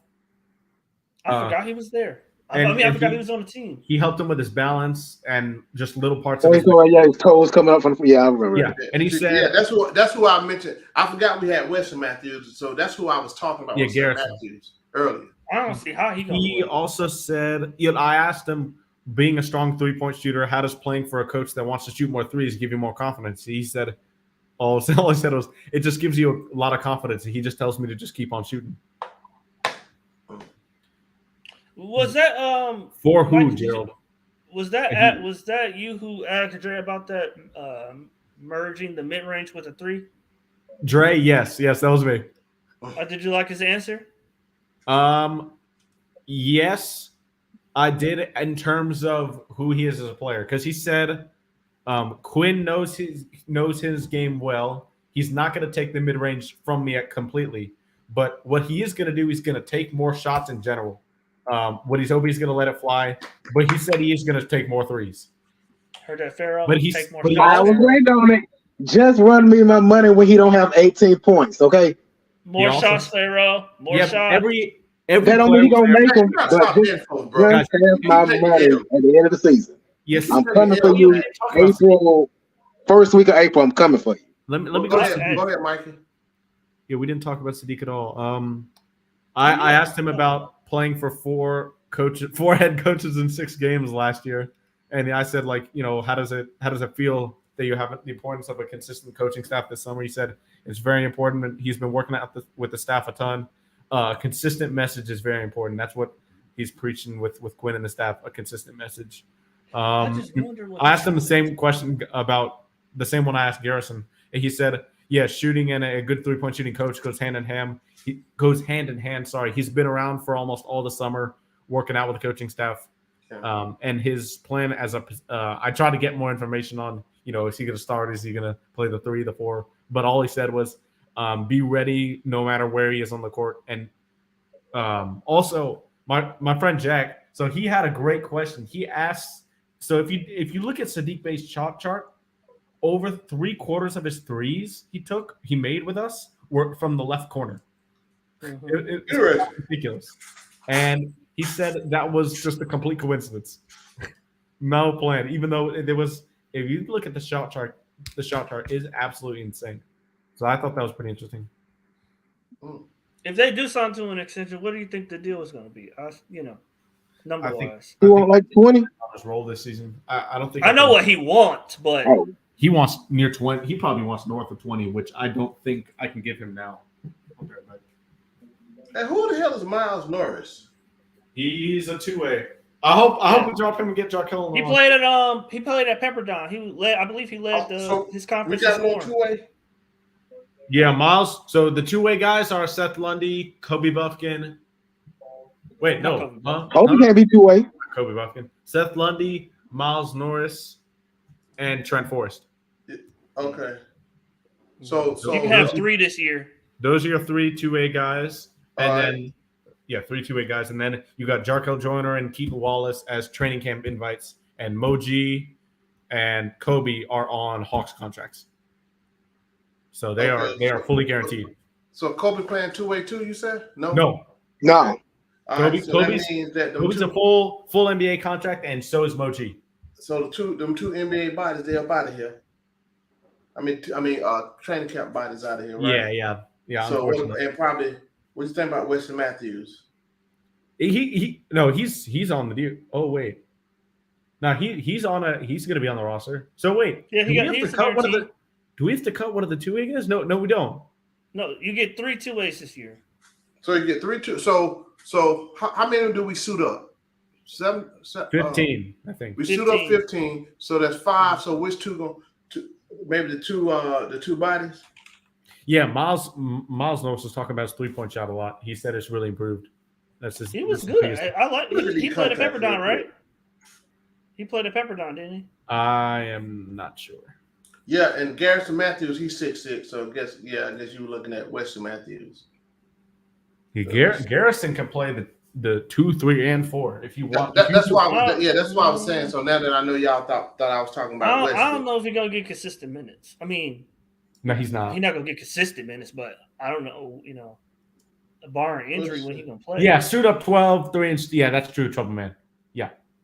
Was that suit up 12, 3 and street clothes? Oh, okay. So that's all we do. Shoot up 12. And 3 and Jersey's not playing. But we don't suit up 15. Well, no, yeah, because somebody got to be in street clothes. They're right. I mean, we know what the 12 gonna be. I just wonder, is he gonna be like? That's something that, I mean, you couldn't ask him, Mikey, but that's something that I really wanted to know about, like the depth. Is he gonna go 8 deep, 9 deep, 10 deep? Yeah, he was never. Even if somebody he did that, answer he would never say that. He would never say like a media day. Yeah, you can get stuff about what players are working on the off season, but coaches won't tell you a lot of concrete stuff on media day. That's what Brad Rowland told me, at least. I mean, you can't. I mean, technically, because you still got some stuff to work out, especially. Yeah. And your mind might change. Training camp didn't start yet. No, it starts tomorrow, but yeah. Well, technically, it starts today. No, technically, I'm talking about the practices. Yeah, practices. Yeah, because today was the first day you are required and mandated to report. Yeah, they called the day training camp. James didn't report, did he? Well, no, but that's why he's getting a fine. A big amount, a huge amount. How much? Because I don't know.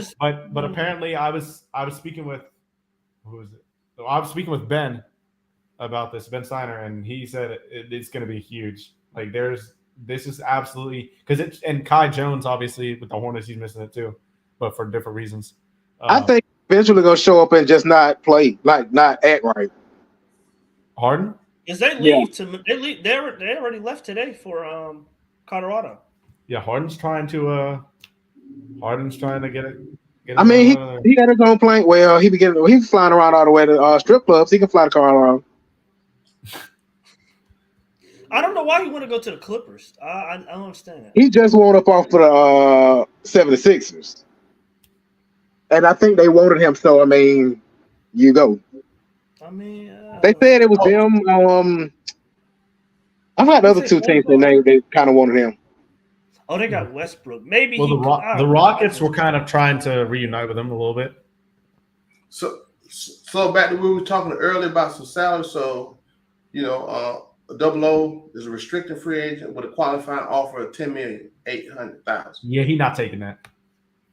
Yeah, probably not. That's why I really think. I'm not saying. To me, they really. I know. That's just my guess. That's just my guess. They really got to sign him to an extension. Bay, I'll wait on Bay, but no, wait on double O.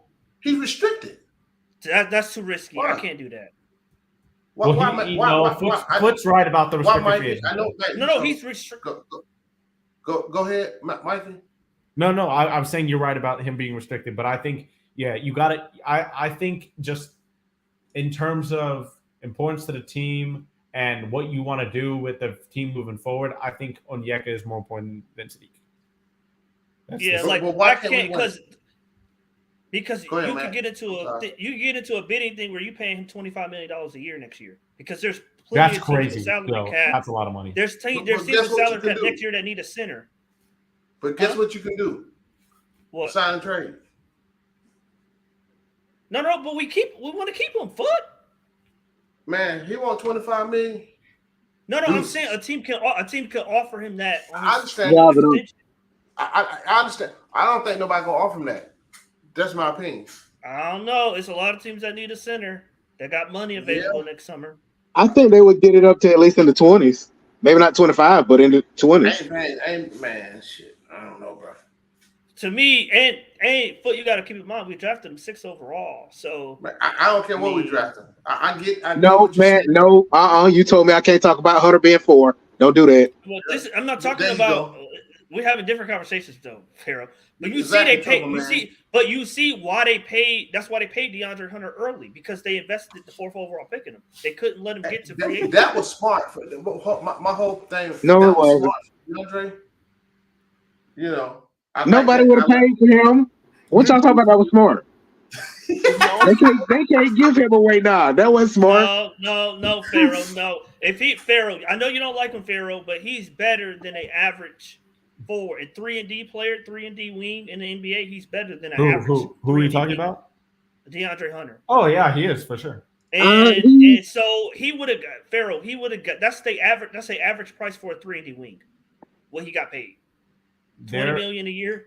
That's you see what's the name just got Devin Vassell, who's a way worse player than him. No. Yeah. Okay, my point. Oh, wow. Yeah. Okay. Okay, fine. Maybe not way worse, You right. Mikey, but he's worse.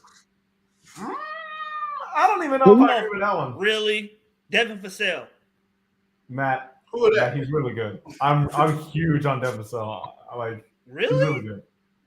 You think so? Yeah, and he's really good. You think he better than Dre? I think he wasn't last year because of his injury, but I think he has a chance to be better than Dre this year. Yes, I do. Really? Okay, that's. And you know I like Dre. You know I value him. I mean, yeah. I mean, Mike, keep it real. Hey, man, That's what I like about Mike. Hey, I value Dre too. I'm gonna give him this is last year. See, I'm that's why valuing I can Dre. handle like even if some people like slander a guy that I think is more valuable than some people think. Not afraid to because I think Devin Vassell, in my opinion, I said this at the beginning of last season. He is better than Keldon Johnson. Keldon Johnson isn't actually that good. He really isn't. Devin Vassell. Hold up, now. I like. I think they kind of. I like Keldon Johnson. I'd say they roughly in the same area. Though. Yeah, I mean, Vassell, I think he's a bit to overrated. me, But Mikey, if Vassell don't got that 3 going, he don't really, But he don't Vassell really got add average. much. Vassell got average upwards of 20 this season. I just think the contract they gave him is. I mean, they got to pay somebody, I guess, but I just think it's kind of ridiculous that he got that contract. But Wemby's man. there now, so this that whole team changes.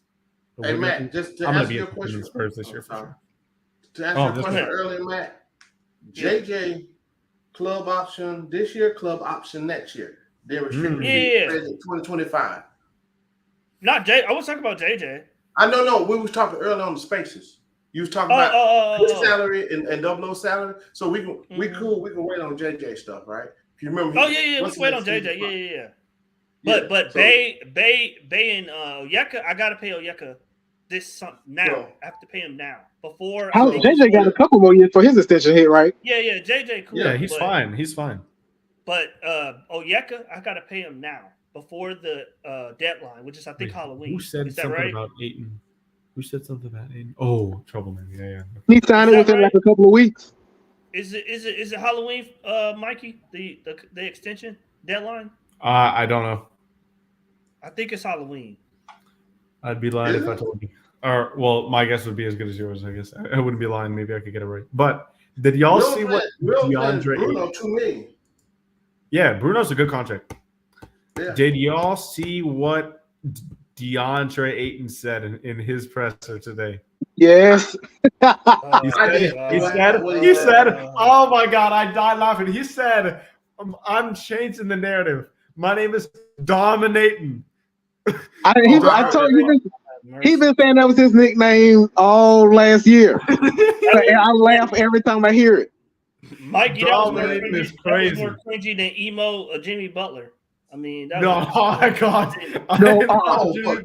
I thought that was Hey, bro. Photoshop. When I first saw that, I thought it was Photoshop. Hey, Jimmy on something, but hey, that's it. He said he's emo Jimmy right now. I think Austin Reeves said that Dame trade got him down bad. because I mean, dude had on eyeshadow. I shout out the Yeah. hair. I didn't even see that. I didn't see that either. The only thing, Bro, What happened with his hair? he got studs in up here, yeah, that was crazy. Lip That was ring. crazy. lip Yeah. rings, nose. He went full emo. He He came did in like a a- black trench coat. Did he get like a perm or something? Yeah, I'm like, Yeah. man, what's going on with you? Jimmy said he's coming for Dame. He's coming for the Bucks, Dame, Giannis, and Adrian Griffin. He threw Because smoke, to be honest, he threw smoke at Adrian Griffin for no damn reason. Zero. I mean, it's better for the Hawks, but I mean, to be honest, Miami had a better offer. So I mean, Well, in hindsight, now Portland got way better than they got what they got from Miami. Yeah, bro. Oh, Tyler Hero. Oh. But they gave up. But they was giving. Nah, Three nah. first-round picks, Mikey. 3 first-round picks, and 2 of them was unprotected. What they got from Milwaukee, and then what they flipped Drew for. So I think they would be a better way. They flipped Drew for Brogdon, Rob Williams, unprotected first, and another first, and then for Dame. And now they still can flip Brogdon. And they But still my thing yeah. is, this is what I was telling. But this is what I was telling analysts earlier. I mean, them picks is like 2030, 2029, 2030. Man, I don't So I mean, care. That's Scoot's prime. You believe in Scoot? Okay.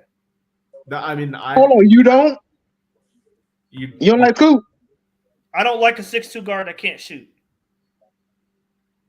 That's fair. That's fair. That's why I really don't. didn't comment because I understand that. I see where you're coming from. I see like where you're Scoot coming- though. Yeah, I don't. That is not that's not unreasonable, Pharaoh. It isn't. I don't. But- I can't. But I I can't think get behind the that. shot. I think the shot will come. I don't think he's just never. Gonna Mikey, have how many times we done said that about a player? The shot will come. Hunter. when they're 19. Stop it. Stop it. No, Pharaoh. I'm joking. I'm honestly joking when I say that time. All right, but what? Scoot's 19, right?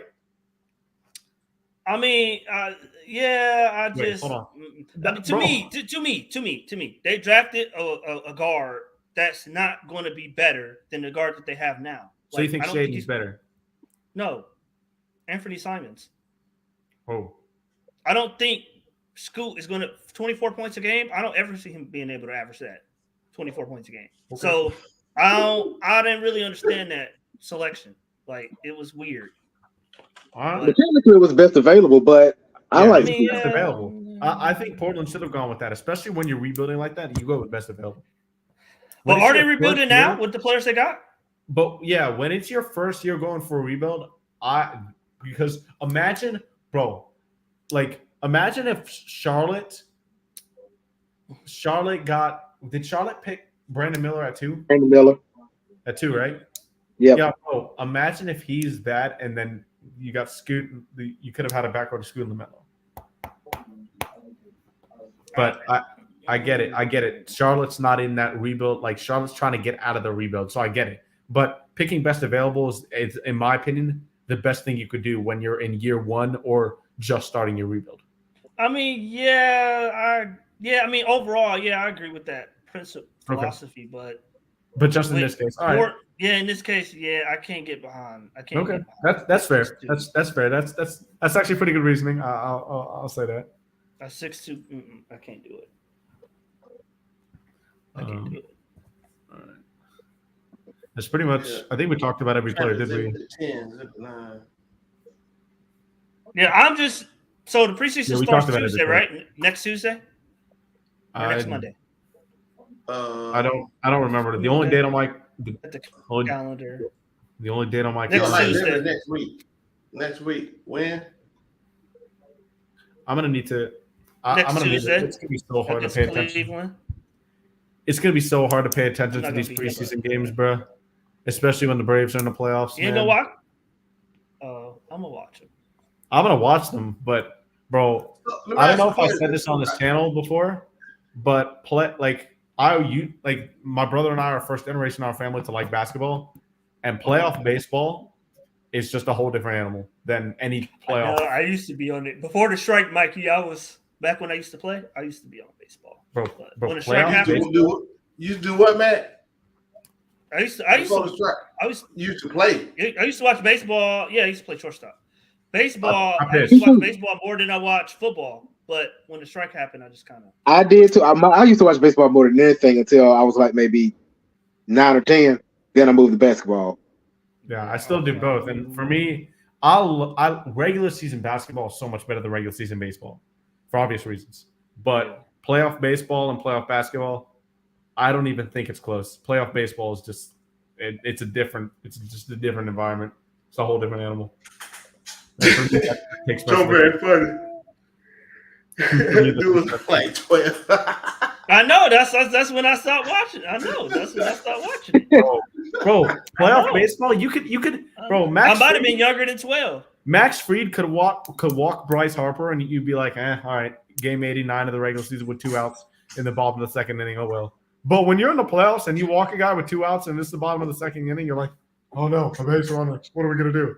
Like it's just everything's magnified.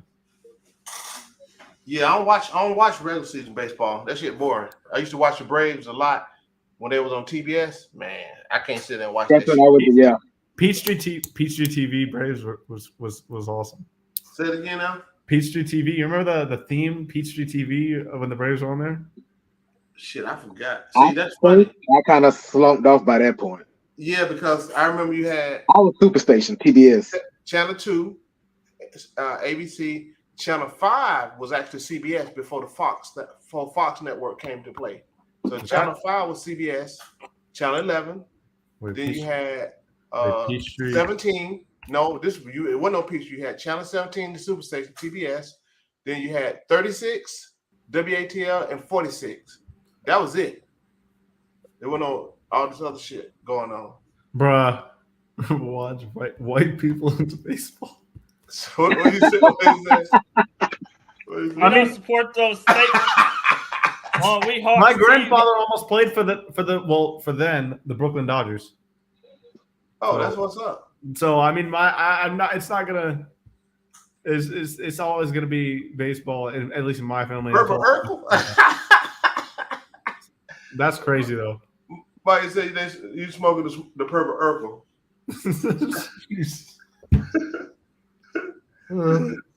Hey, get some of them damn lines that Quinn be doing. That dude look like he just strung the fuck out. Oh no.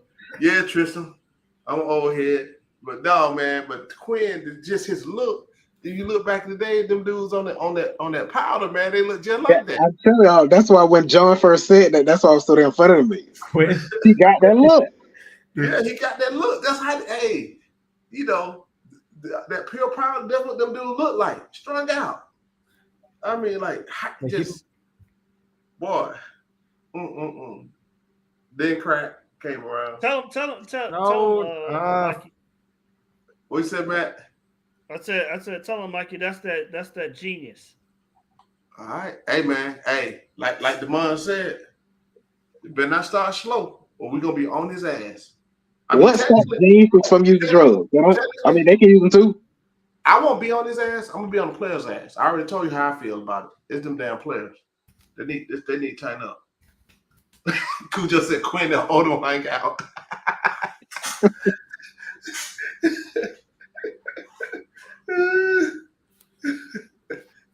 Hey, he can get high as he want, long as we win.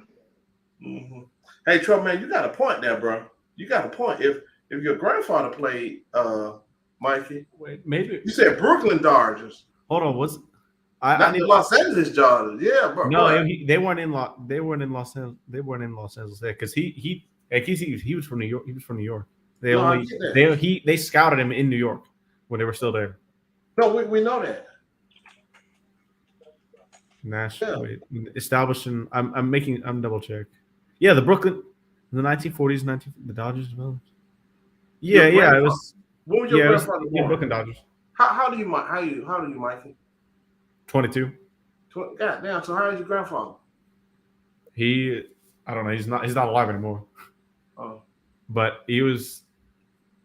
By now, what would he be? He'd be like 90. I think it would be 94. I think. Damn, is your mom or dad father? Huh? Is your mother or father's? My dad. It wasn't my dad's father. How old is your dad? He is 59, I think. Oh, okay. Yep. So he had him in the 40s. Then that's what Trump man was trying to say. When you said okay, so not 50. Yeah, not 50. The shit, Ted. Mike, how old are you again? Me, 22.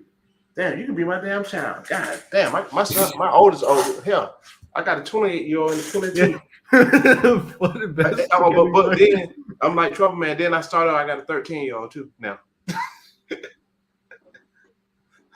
So 28, 24, and 13. The hell I was thinking about. Jeez. What's crazy? It was so weird because obviously all the media people and even I'm older than some of the guys I spoke to today, all the players, and it's crazy to think about it. You're speaking to like 20-year-old kids. Like that's what they said. I mean, obviously I know I'm 22, but that's what like some of even Bob was talking to me. Bob was talking to me like that before we started. It was like, hold on for a minute. Let's investigate what's wrong with Matt and his childhood life. Whoa! Whoa! Look at this. no. Thank you, Tristan. Appreciate it. Yeah, man, you doing your thing, Mikey. Your boy. Yeah, definitely proud. But like you said, Mikey, you talking to, like you said, 20-year-olds. I mean, you look at it now, these dudes don't do 4 years of college anymore. I mean, nor should they. When all that money out there for the taking. Well, now you got the NIL. Yeah. It'll help in football more so than we're doing basketball. That's true. You got all these. We had a freshman in baseball. We had a freshman move to FSU because there weren't any NIL deals, and in Raleigh. And he said the franchise, not franchise, ACC freshman record for most homers in a season. Yeah. I saw that. God damn, Gerald. Hey, you like me, ain't you, Gerald? Man, ain't got that many though. God damn, Gerald. You put them down on you. The NIL's coming to high school, dude. If people get an NIL deals in high school, it's crazy, bro. Speaking of deals, that shit been happening. What do you mean? 30, 28, 26. We're not legally. He must be joking. No, he must be there joking. was nothing illegal about that. What you mean, like giving players money to go certain places? Yeah. In high school? In high school, though? Bro. Hey, that's how allegedly some people got the Duke. Let me tell you something. Michael Bag. I mean, Martin Zane, Bag. I thought you were younger. Not gonna lie. Just like think about this, man. When I was in high school, ain't been that long ago, but not just like we had two dudes come from Fulton High School. It's no longer. I think it's Banneker now, right? Came over to Columbia, right? All that shit was going on then. You had recruiting going on in high school then, right? So, I went to high school in the 80s. So that wasn't that new. I thought the NCAA be getting mad about that. That got shit to do with high school. I mean, see, here's the thing, man. I mean, you mean going from high school to a college? Oh, no, I was talking about recruiting. Oh, from high school. Okay. Yeah. Because see, my son, my oldest son, he didn't go to high school. He supposed to went to. I mean, it was what it was. Recruiting, right? It was a better fit because some bullshit where he was. So, hey, man, he was because in Gwinnett, the middle school, they like to have like a farm system. The middle school they're in a cluster with elementary, middle, and high. So most of you go to school with most of the same people. Majority of your school career, then you got some may be close to another school, high school, whatever. But for the most part, a lot of them stayed together. So he didn't like it, the favoritism or whatever, and it was like he had an opportunity with his AAU team. Half himself went to a different high school. Got some addresses going on, had somebody responsible for the addresses. This is what it was, Wait, this is the last. I gotta go in a minute, but this is the last thing I'll say about Patty Mills said this about Quinn. I did want to mention this. His basketball mind is exceptional. Definitely pleased to be on the same side. Stop it, Mikey. Because I wanted to say that because Mikey now became the original Mikey. Because Mikey, I'm gonna give you credit. When you start posting that stuff when you're getting ready for this media day, you was a journalist and you weren't biased. And I now can say he said none of the things. Wait.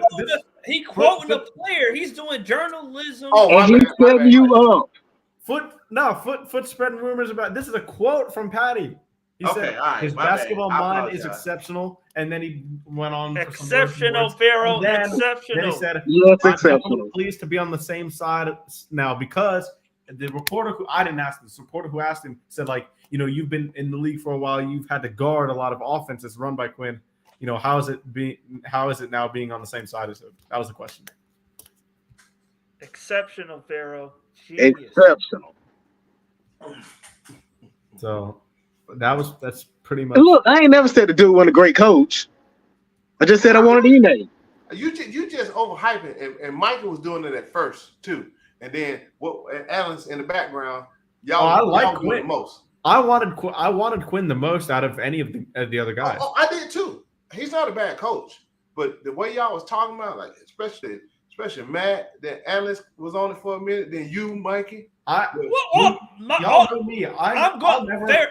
Foot. I'm going off of what is Googleably quoted. No, man, you be putting too much sauce on everything. That's the problem. You could I could type his name in Google right now, and the first 5 articles that's going to pop up. One, genius, super smart, very intelligent. That's what they say.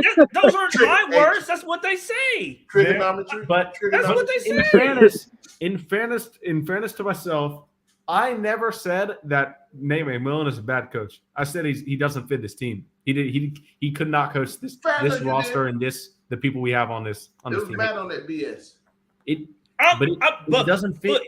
I've said it multiple times. He cannot coach a complex offensive system. That's just not how it works. Hold on. No, Mike, you're doing too much now. No. Go ahead, Mikey. Finish your statement about complex offense. Finish your statement, Mikey. Hey, hold on. Finish it. What's under my name? What is that? What is up under my name, Mike? It's just basketball. Exactly. I know. I knew Foot was gonna say that. But we all got to come up with our like phrases that we all say. We've all got some phrases. We do. I'm just Damon is tricked off the game. Yeah. But the Foot it's just basketball. Pharaoh got about 2 or 3 on. I'm not high. I ain't mixed. Because I'm not. I hate Drake. No, it's more like trade Drake. I don't. Look, speaking of that, if I trade him, I'm not like mad. I'm not just gonna. I'm not. If we was to trade Drake, I'm gonna be pissed off if we get whatever we got for JC. So I'm not that bad. Okay. Yeah, I'm with you. We better not trade another player. I will like admit that. I was wrong about. I'm sorry. Matt was right about what we would get back for JC. He was ultimately right, which sucked. Thank you. I will say that. Yeah. If this new BFF didn't try to get nothing. But here's the funny part. Like we told Matt earlier in the Twitter space, Mikey. Most of the time we kind of agree with Matt, but he just take it to a whole nother damn level.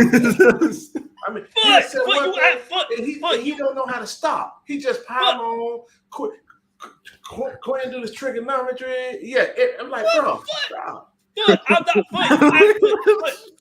Foot, you act like I make this stuff up. Like I said, I could share the screen and go Google right now. I'm just sharing the knowledge. We don't need to hear that. Delusional.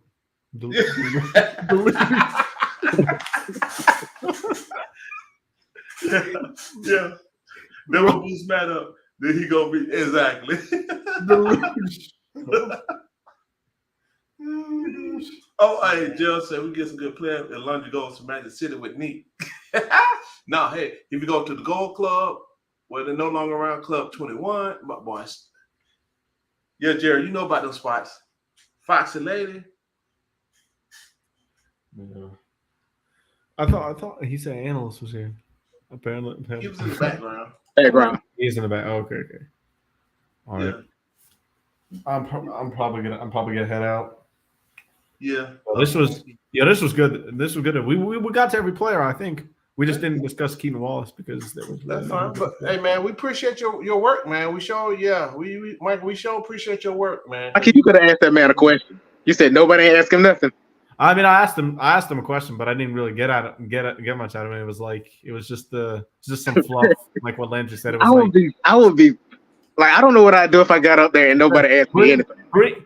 I said, you know what? I asked him, what are some goals you're setting for yourself as training camp begins? He said all around goals.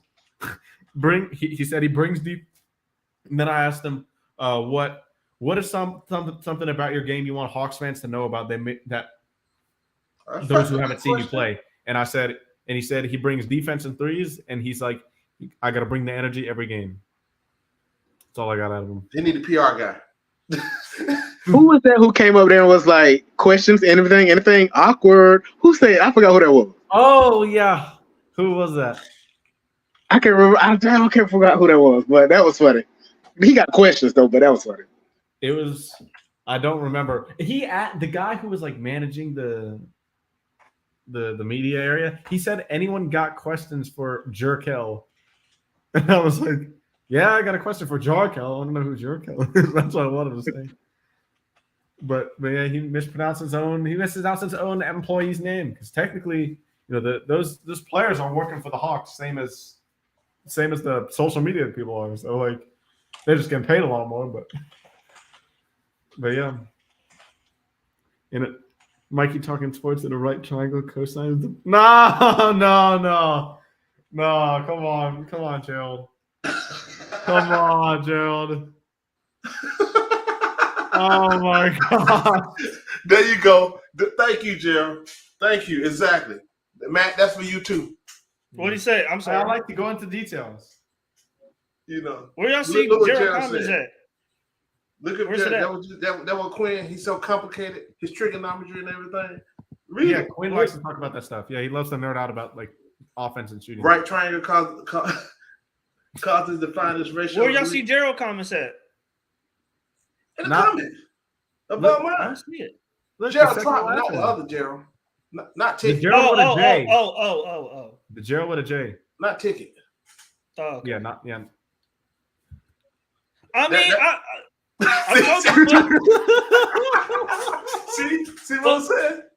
But all I'm saying is, I told you in Utah. I'm just telling you the articles I could post in the chat. This is what we talking about, Matt. You should have just said, "Yeah, roll with it like Mikey did." But you got to give a dissertation about it. No, I'm just explaining. No, you don't need to explain. I know I do that. I know I do that though. But that's what I like to do. It's exactly. I like to give context. No, you take it way above. No, I know what Mikey's doing. Is you like that? What you do, man? You take it to a whole other level. Pharaoh, if I pull up a Google article and the Google article says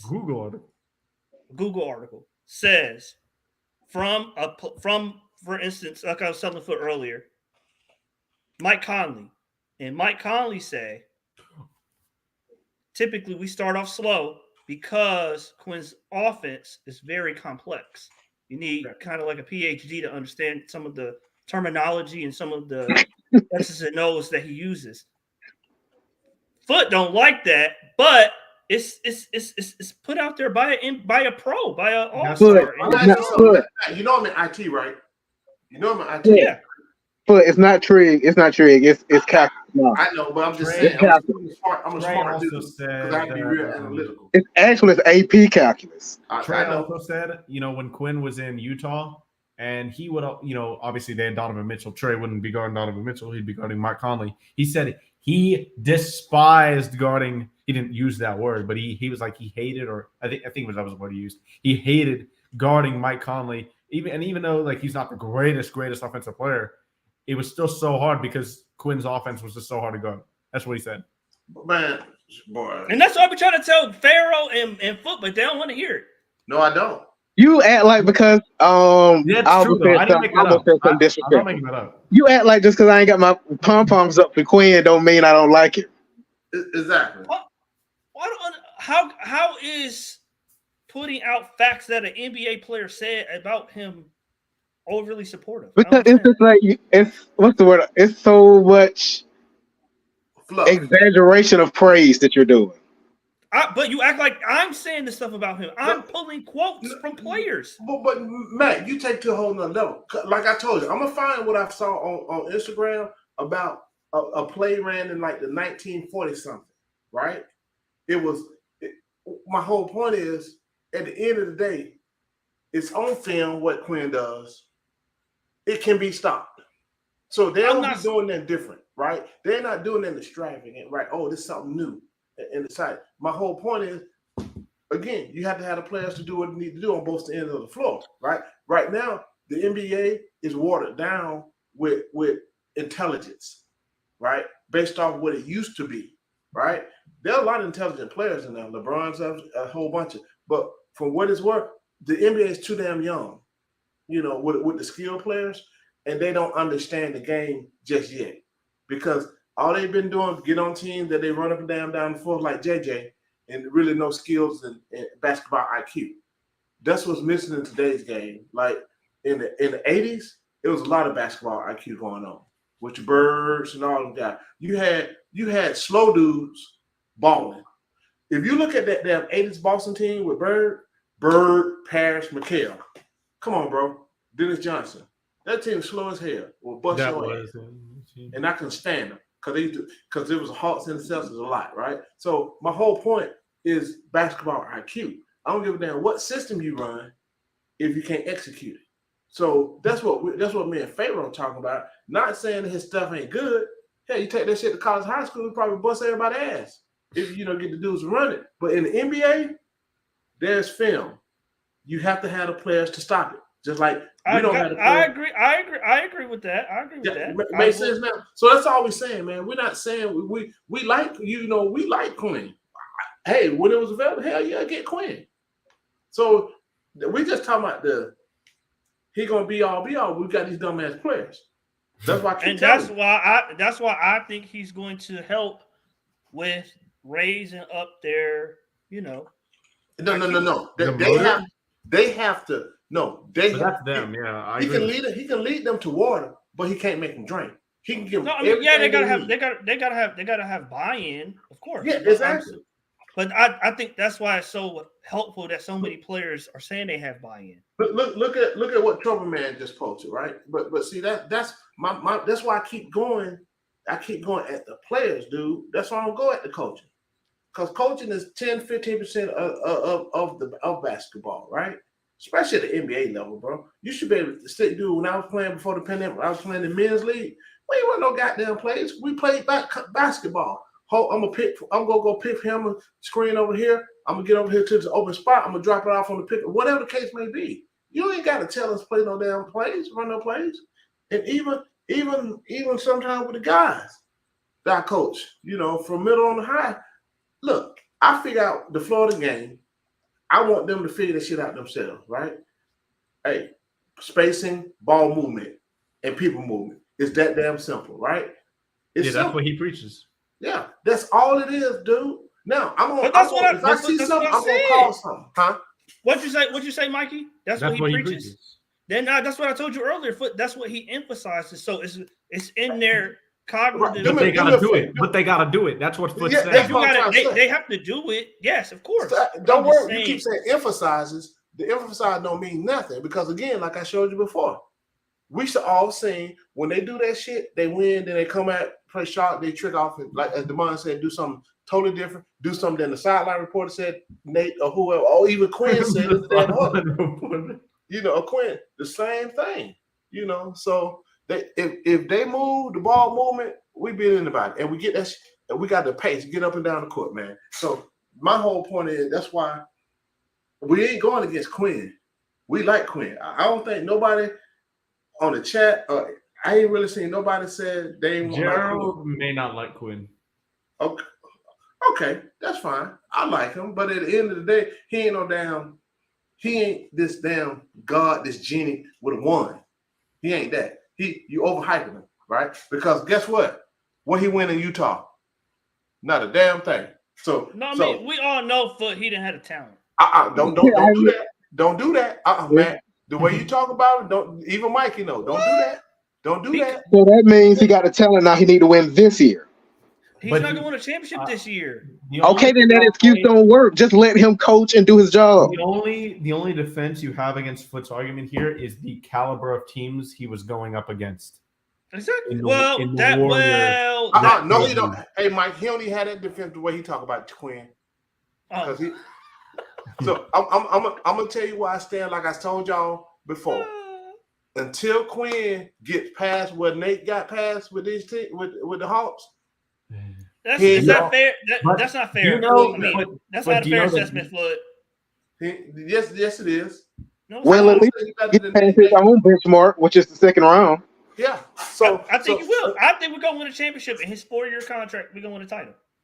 I hope so. But what I'm saying, you don't ever say he better than Nate until he get his team. Yeah, absolutely. Until he get his damn team to the Eastern Conference. Because I'll never say he's a better coach than Nate, but he's a better fit for this team than Nate. I will say that. That much I can get with that, Mike. Okay. You're there we go. correct. I can. That's fair. If we being correct, politically correct, I guess. Say what, Mike? Hold on. Did Mike say what? I mean, Matt, did you say what? What you saying? Did I hear that correct? Huh? Did I hear that correctly? Yeah, if we're being politically correct, you're right. Oh, damn, man. That's growth. Politically. Yeah, if Foot don't want us to disparage Nate or talk about Nate's shortcomings, I won't. Hey man, did you have a chance to watch Nate ball? No, you didn't. I wasn't alive. But let me tell you something, man. I don't think I was. No. Hey, Nate was definitely not in Seattle. He was tough. Defensive. He was that dude. I'm just gonna tell you. So the way y'all shit on Nate sometimes, bro. Nate was that dude when he was balling. He wasn't super high scorer. He was a hooper. Foot, I think he's a wonderful human being, a God-fearing man. I love him a lot. Let me roll up my pants leg real quick. When it come to X's and O's, I just don't think he all that. There's a lot of coaches like that. Monty Williams. I don't think Monty Williams is that great X's and O's wise. I think he's very vanilla, very basic. There's plenty of coaches like that in the NBA. Nate just happened to coach. What's his name? What's Denver coach name? I can't think of it right now. Oh, Mike. I don't like Mike Malone. I rail against analysts all the time about Mike Malone. I think Mike Malone is very, very basic, very vanilla.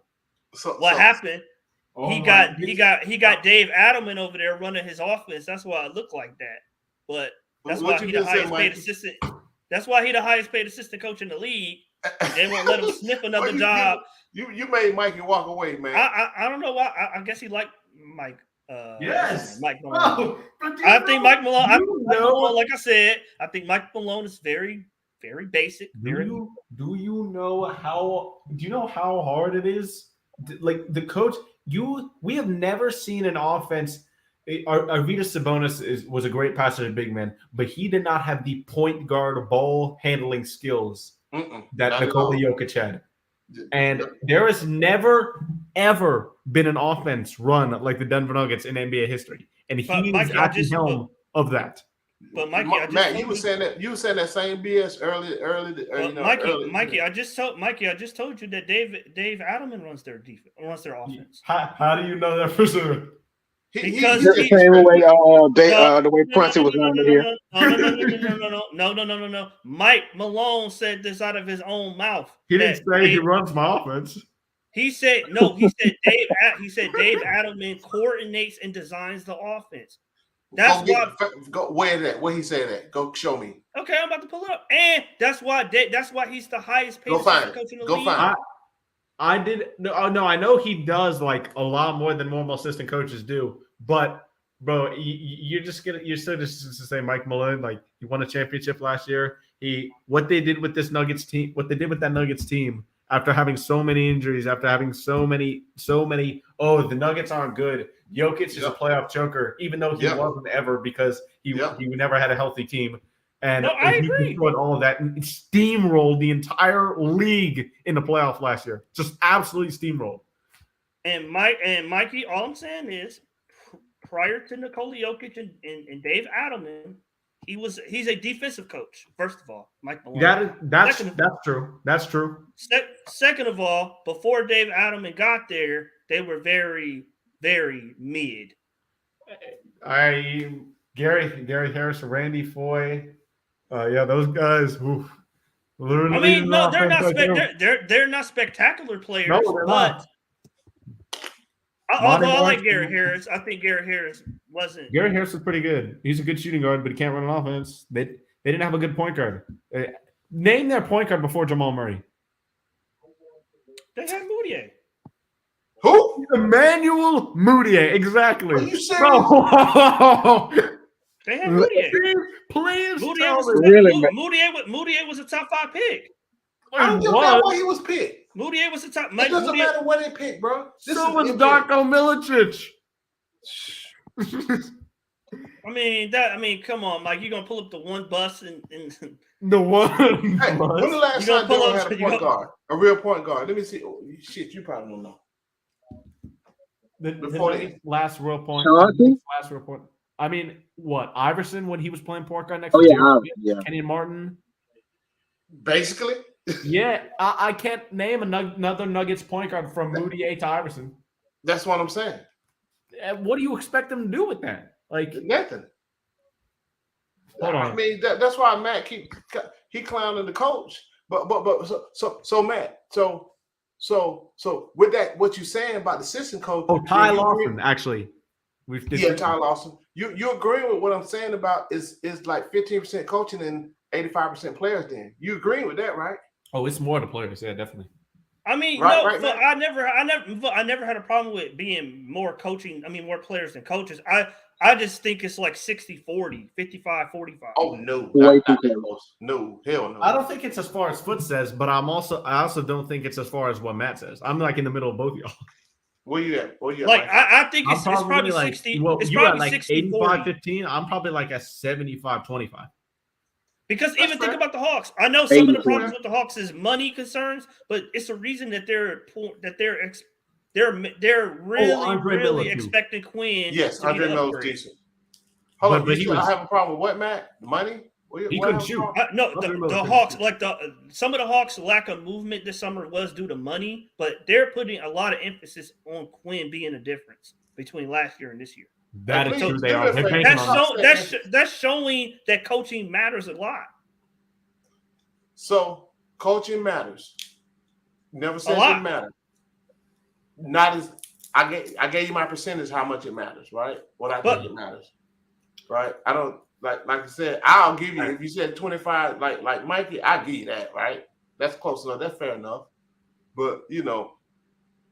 So okay, so Foot, you think any decent coach, I'll put it that way. You think any decent coach could have did for Miami what Spo did for them this past year? That's not true. You- No. No, I'm asking Foot. yeah, I know. So Miami is the organization. It's the organization. Take Miami and think about the Patriots from an organization standpoint, right? Our front office trash. Let's just keep it 100, right? we not, huh? You mean So- currently? So Miami is they have an identity that they had for a long time. Correct? We talked about that earlier, right? Patriots have an identity, right? So that's different. So when everybody come and conform that identity, like Pat Riley and Spo can coach his ass off, whether people believe it or not, right? So I think it's top 5. Hell yeah, He's top top 3. 2. Three. Top 2, yeah. The shit he did, man. Yes. So my whole point is there's different situations, there's different variables when it comes to like a Miami. I wouldn't even talk about them in that sense, but I know where you're going. I The know Heat where were you're going. disgusting in the regular season last year. It was a pain to watch them. They were that But bad. I'm just saying, but Foot, I'm just saying, the difference in Spo's coaching is not worth only 10%. Or Yeah, top 2, exactly, 15%. Trouble, man. So again, this is what I'm gonna keep going. It's the organization and the people that's there, right? Because hold on. Who been on that damn bench until he retired? Haslam. No, Honest. Haslam. Y'all better start getting Haslam his credit. What did he do to Jimmy Butler last year when Jimmy Butler started tripping? Put him in his Right. place, yeah. That's leadership. So that's an organization, right? When you have accountability within the organization with the players, that's easy for the coach to coach that shit. You remember I kept saying somebody on the Hawks, somebody trade, somebody need to slap somebody in the locker room. Remember I kept saying that shit, right?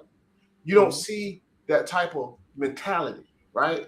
So all you need Spo to draw some X and O when needed, right? That toughness, that's in their DNA. The guys that they get are tough, right? Just think about the front office, what Pat begin. He gets some tough ass dudes, right?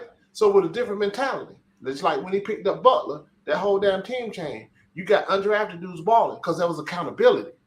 So you take Miami, We could be in the same. Let me tell you something. Milwaukee and Boston loaded the fuck up, right? But we can't beat them, right? I'm a Milwaukee. I'm more with you on Milwaukee. Boston, I don't see a way. We can beat Boston. If I'm looking at Tatum showing up sometime, I know how to play Tatum. Yeah, Hunter plays well against Tatum. Yes. Hunter defends him very But well. Brown is the problem. We got nobody. Yeah, he is. No, Yes, I agree with that. That's what I'm going to get. So we have somebody to do something with Brown. So we can slow Tatum up. You just whatever, because it was inconsistent, right? You let Brown do his thing. Yeah. So we got the pieces to play. We just dumb. How you think we went to the Eastern Conference Final against these damn top teams? Because we played and would have won against the Bucks if Trey didn't get injured. We were in control of that game too. We were in control. I agree with that. I agree with that. So again, I feel what you're saying. Yeah, Spo's a hell of a coach, right? You can't take that shit away from him, right? He showed that shit against who that Boston. He outcoached the old boy. Like we talked about earlier. Top two. So He did who? Spo? Yes, he's top 2. Yes, he No, is. no. Somebody said top 2. Yeah, him. Me personally, it's him and Pop. Who else? Who else? Who else? I think who above him though, Matt? I think Ty Lue should get. I think it's 3 for me. Oh, I think Ty Lue should get a discussion. Guys, I got one that you won't think of. Mark Daigneault. Okay. See, I like him. What he is doing with that Thunder team, especially I like some of his sets. I like some of his out of bounds plays. That's yeah. And see, one of the most important aspects of coaching, Matt, is getting the players to buy into what you're damn trying to do. Exactly. Yeah, I agree with that. That's like the most. That's the most important thing.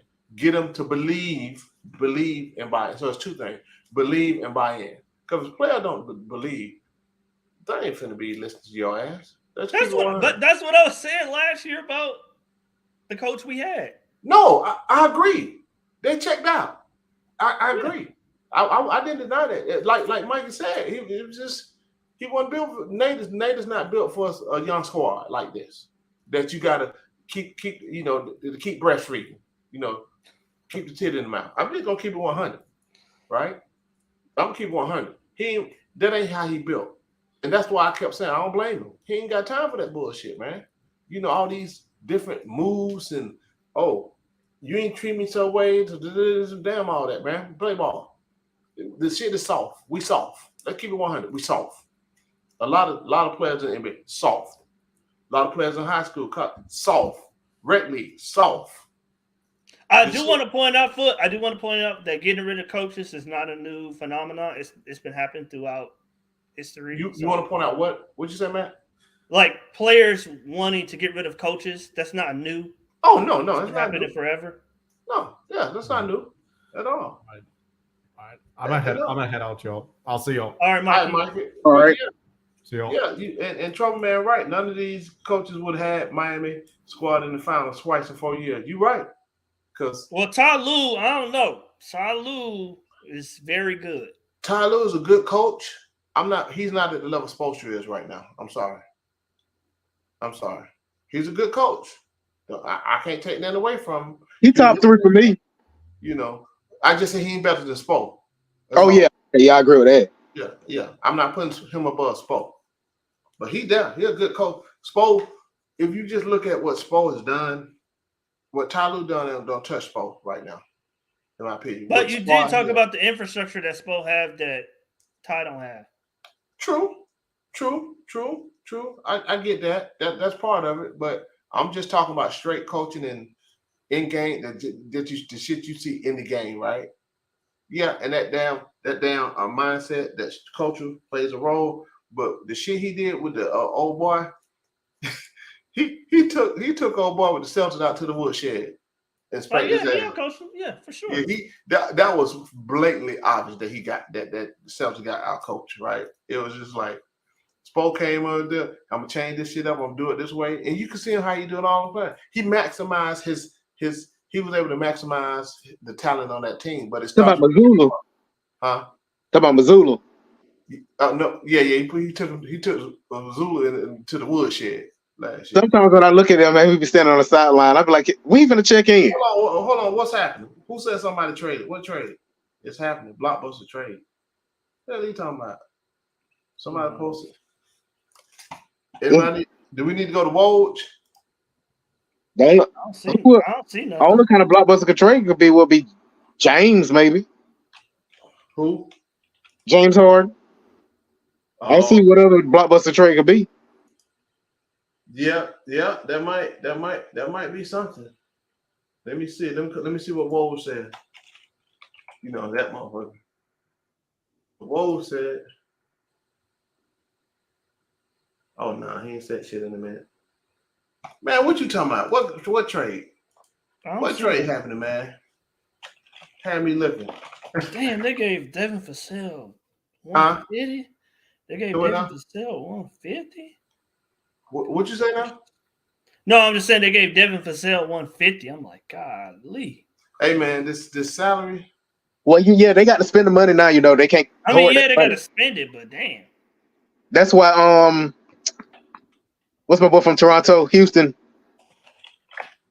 Van Vliet. That's why he got all that money. Man, hey man, let me tell you something though.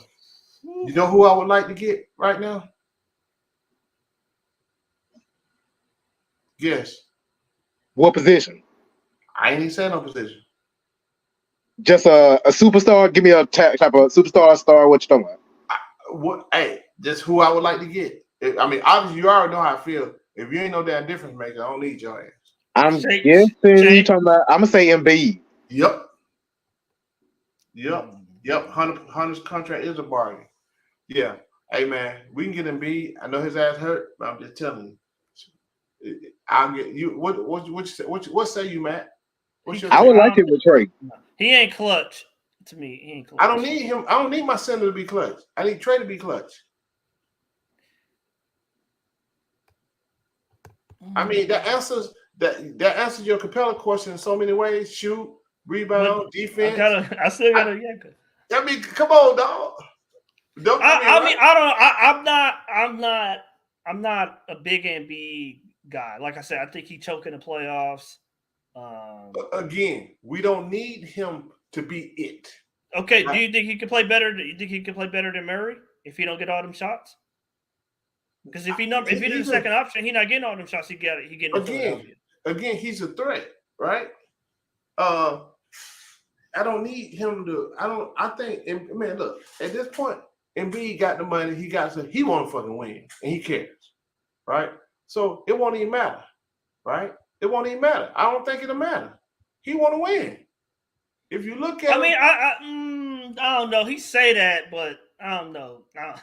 I don't know if his actions back. Trouble man, come on now. Trouble man said, "Heck out of that." Oh, instead of Embiid. Of course, Embiid is a better player. But yeah, Embiid's a better player. I'm trying to win that, man. But I ain't talking about that. But I'm just saying. I mean, I've never been a big Embiid fan personally. Why would Colin say what he said unless it's a stab at Trey, which is Matt's boy. I mean, like I said, like I told Pharaoh, I think it's very. I don't think it was a stab. I don't think it was a stab at Trey. I see. Trouble man, you're right. I think it's very, very cowardly to say what he said after he left and not say it while he's here. Why, Matt? Why would you? Because he said everything's fine, everything's cool, blah, blah, blah. They my boys, blah, blah, blah. And then to go there on media day and talk about it's very clear there's no ego here and blah, blah, blah. Like, how you know he's talking about Trey? Who else could he be talking about? But maybe he's still pissed off about who he was talking about in the office. Matt, check this out though, Matt. You worry about, would you rather that shit be stirring up in season all in the media? Hell no. He was corporate. I can respect that. All right, now I'm out, right? He stayed corporate. He didn't want to shake down, all this unnecessary foolishness, right? Regardless. He waited till he left to lay it down because he also talking about, I'm telling you, people been on JC for a long time. I kept saying the dude don't all of a sudden, he was 20 and 10 very early in his career. That shit don't disappear. But right? Foot, my thing is in the when he got traded in that Instagram post, whatever, why didn't he say that in there?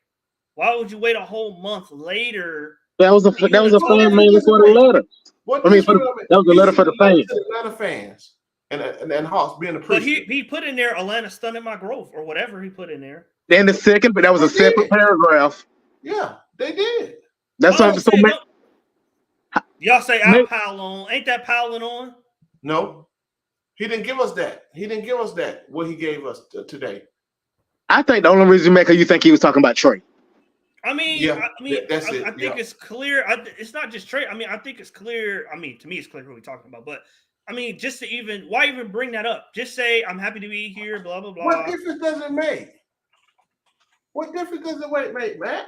I just think it. Like I said, I just think it's an unnecessary shot. Why? What makes it unnecessary? Like, let me keep it say- Okay, hold on. Even if it was, go ahead.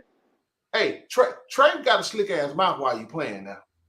Let's keep it 100. I mean, yeah, I have no problem with him saying it. Just don't say it to them. No. Trey got a slick ass mouth. So where's the heat for Trey? He been slick ass mouth since he been here, and we know exactly. I mean, yeah, he do. So why did you say to him why he said it, or why he doing it a certain way? So bullshit. I call bullshit. Let's keep it 100. Trey got a slick ass mouth. Had a slick ass mouth about JC. He had a slick ass mouth about both the coaches. So let's keep it 100. That's true, but if I'm JC, I'm texting him, or I'm you know what I'm saying? Bruh, like you can get. I guarantee you, the shit was already said in the locker room. The way when you see them conferences, you already know that shit they were talking. It ain't like they don't talk about it, or he ain't saying anything about it, or he just wait. I guarantee that shit was said in there. And then they play rah-rah, do that rah-rah shit. All right, we together without so they can be corporate. That's all that shit was, man. You know, come on, man. You know, JC don't say what he need to say to whoever he need dealing with, right? Just like he came out about like a year ago when all this kept in trade, you know, hey man, like so many words, do what you should trade my ass, do something. And see, again, I can't be mad that he got his papers. Again, he didn't all of a sudden disappear, you know, like get bad enough where he can't be a 20 and 10 guy. I'm sorry. The thing about the 20 and 10, I always felt it was kind of fool's gold because why? When you go back and look, I don't have the exact number in front of me. It's between 69 and 71, somewhere in there, % of his points was assisted on. That's not sustainable. Why not? That's bullshit, man. Because as you get better players on the roster and the ball gets to other dudes, he ain't going to get 71% of the see, he got to correct for himself. Hold on. Go back and look at what he was with shots on the team. That shit ain't really changed. How he was his usage, as you would say. But that's what I'm saying. He not going. And as the team gets better, less and less of his attempts are going to be assisted. The team wasn't better, bro. The team wasn't better. Or I'm saying, okay, fine. They won more games before. Yeah, they won more games, and they got better players on the roster. It wasn't just Trey and JC. Hey, look at what Trouble Man said. Really? Yep, absolutely. Come on now. Absolutely. Come on, man. Absolutely. That's I'm not exactly. I'm not even going to answer. Come on, man. You ain't got to answer. He Really? just told you. He just told Karl Malone, really? Yeah, But the problem, the issue is JC, and I always just tell Demondis, JC's offensive ceiling isn't high enough for me to concentrate so much of the offense where 70% of his attempts got to be assisted. I'm saying. Hold on. Let's look at how JC was used, right? My problem, why the fuck you keep sticking out on 3-point line, right? He does his damage inside, right? I'm not talking about posting up. He's not a post-up player, never been. And contrary to the popular belief, Clint don't block the fucking lane, like y'all keep saying. Quinn kind of threw that out there, but I'm just saying. My problem, JC was on the perimeter too much. He's athletic. He rebound. Got to look at the rebound. He rebound. He's athletic. He can score. His mid-range was on point. His mid-range game was fucking on point, right? Use him properly, right? So again, we don't need him to be the go-to scorer. We just need to get him fill in like he been doing. Because he had 20 games where it was like he dropped 20. He had those games. Feed his ass sometime. a little bit more. But Foot, that's what I'm saying. If I drop 71%, what really happened was the 71% of his attempts that was assisted, it got less and less every year. That's what happened. Oh, okay. Guess what? Because they won't pass the fucking ball. But that's my point. That's my It's point. only one ball. If Trey and DJ shoot majority of the shot, then it go to Bogey. How you gonna still score 20? But that's my point. If JC offensive game was You good want him enough, to be 90-95% shoot. huh? Make every last one of his shots so he can get. No. I want him. If JC was scoring like, I'm trying to think of a comparable player. I'm finna find you know what I do. You know what I do best, right, man? I'm trying to think of a comparable player. But if I was assistant JC, 71% of his buckets were don't assisted. worry, keep talking. I got something for you. And he's scoring 28, 29, 32, 35, 30. You know what I'm saying? He had high offensive games that justifies him taking up such a chunk of the offense. But when I'm assisting 70% of his attempts and he only getting me 21, 22, 24, you know what I'm saying? That's not good enough to justify the usage. So they brought. So you're saying everybody besides? So you basically saying everybody besides Trey and DJ, who the one taking the most shots, just got to run up and down the floor and wait for them to shoot. No. Trey needs to take a little bit less shots, and DJ damn sure needs to take less shots. I'm saying that JC, to get what Foot talking about, to get back up to 20 and 10, his assisted points would have to increase, would have to trend back towards the 70% because it was down to like 25. What year was JC 20 and 10? 2019, 2018. It was a couple. Don't do that, man. No, 1 year. People keep saying 20 and 10. Okay, 1 year it was 21. 1 year it was 19.8 and 10. The other year it was 21 point something and 10. I think 2 years. Yes, but again, like I said, 70-something% of his shots was assisted. That's not sustainable. But you ain't telling me why. Tell me. So you're saying that because it wasn't enough ball to go around to him? What's your point? Sorry, Okay, my point is JC, the 20-point season. How many what was his best scoring output? No. But what are you saying was the issue? My issue is the issue was, in my opinion, he's not good enough to have that many to eat up that chunk of the offense. 20 and 10 is not a good enough stat line to eat up. So why is everybody complaining when he had 10, 13 points then? Oh, that was because of the contract. Who? Because of the He contract. didn't sign himself to that money. That contract, brother. Basketball. No. Pharaoh was asking why fans was having problems with JC because you can't. I can't pay you $25 million and you give me 12 points. But nobody didn't tell you to bring in 2-3 other people. No, nobody. After you gave me the money, nobody didn't tell him to stick his ass out on the perimeter. That's my point. Well, I mean, yes, that's the problem for me. But what's the problem from you? You're not making no sense. No, Pharaoh. I mean, Foot. Foot. Okay, like an example. Anthony Davis, as an example. Let's just say Anthony Davis. No. Let's talk about the Hawks. What's the problem? I just told you what the problem. The problem was they stuck his ass out of the perimeter, and his use is how they was using him. But Foot, that's what. But Foot, even if they went back to using him how they originally did, 20 and 10 is not good enough production for him to take up 30-40% of the offense. Everybody on the team can't be a superstar.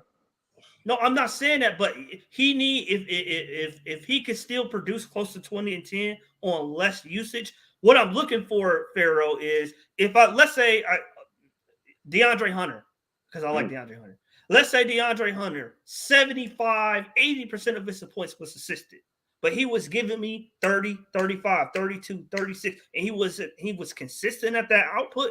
That's a high enough ceiling for him to suck up 30-40% of the offense. But if he's sucking up 30-40% of the offense and you keep talking about him sucking up offense, I don't get what you're saying. I don't get your point. Right? because so many of his points are assisted, I have to directly hand him the ball to score. So that means I'm His not. point guard likes to assist, or his former point guard likes to assist.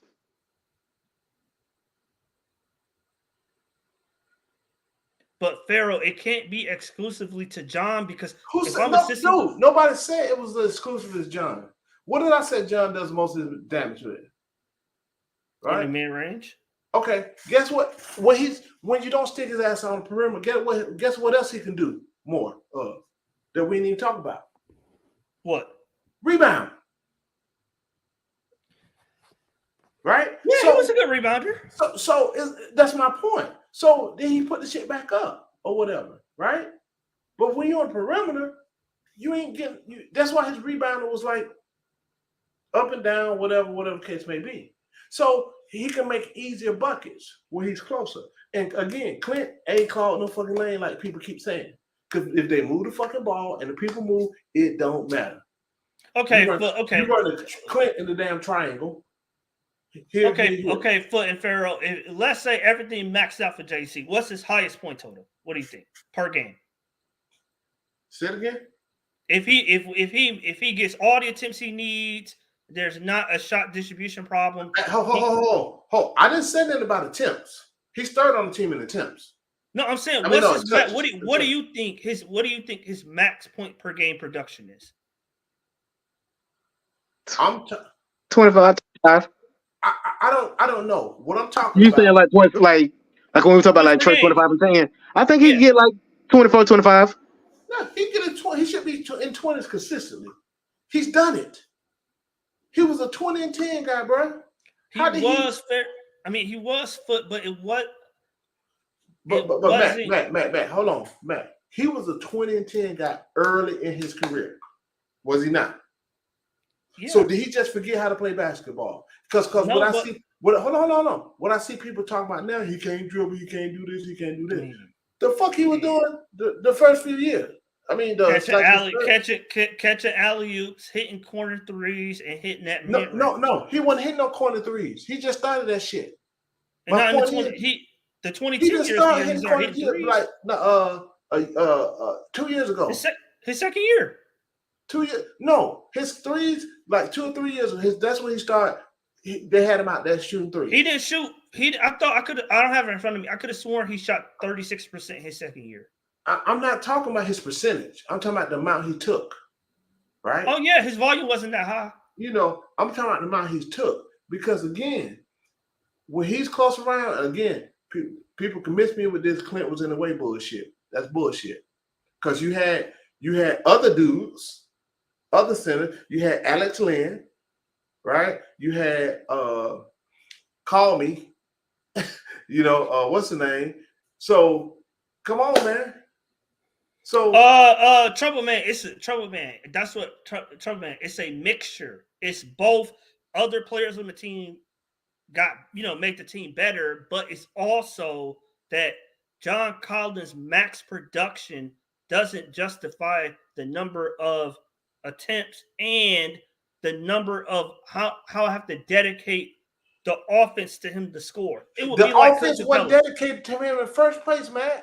The offense was never dedicated to John. What did I just keep telling? No, as the second best player, he took up over 30% usage. Again, he was the second best when he got drafted. Right after Trey, after that, he was not the second best.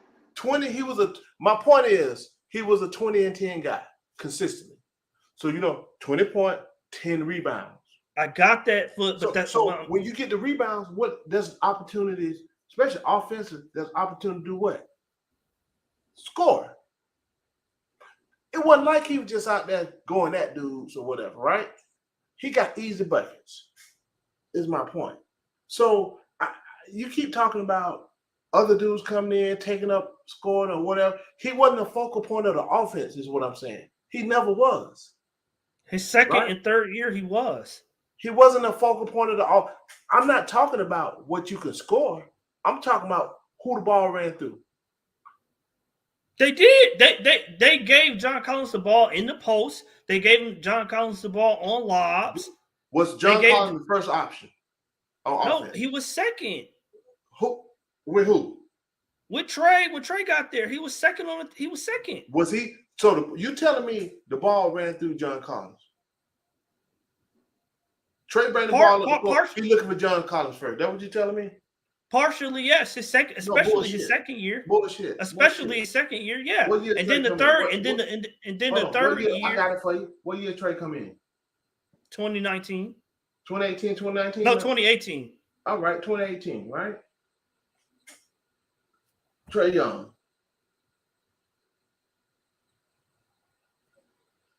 Let's see. Go ahead and talk. I'm finna. Ben Burdell, Kent Bazemore. Shit, Kent Bazemore touched that bitch a lot.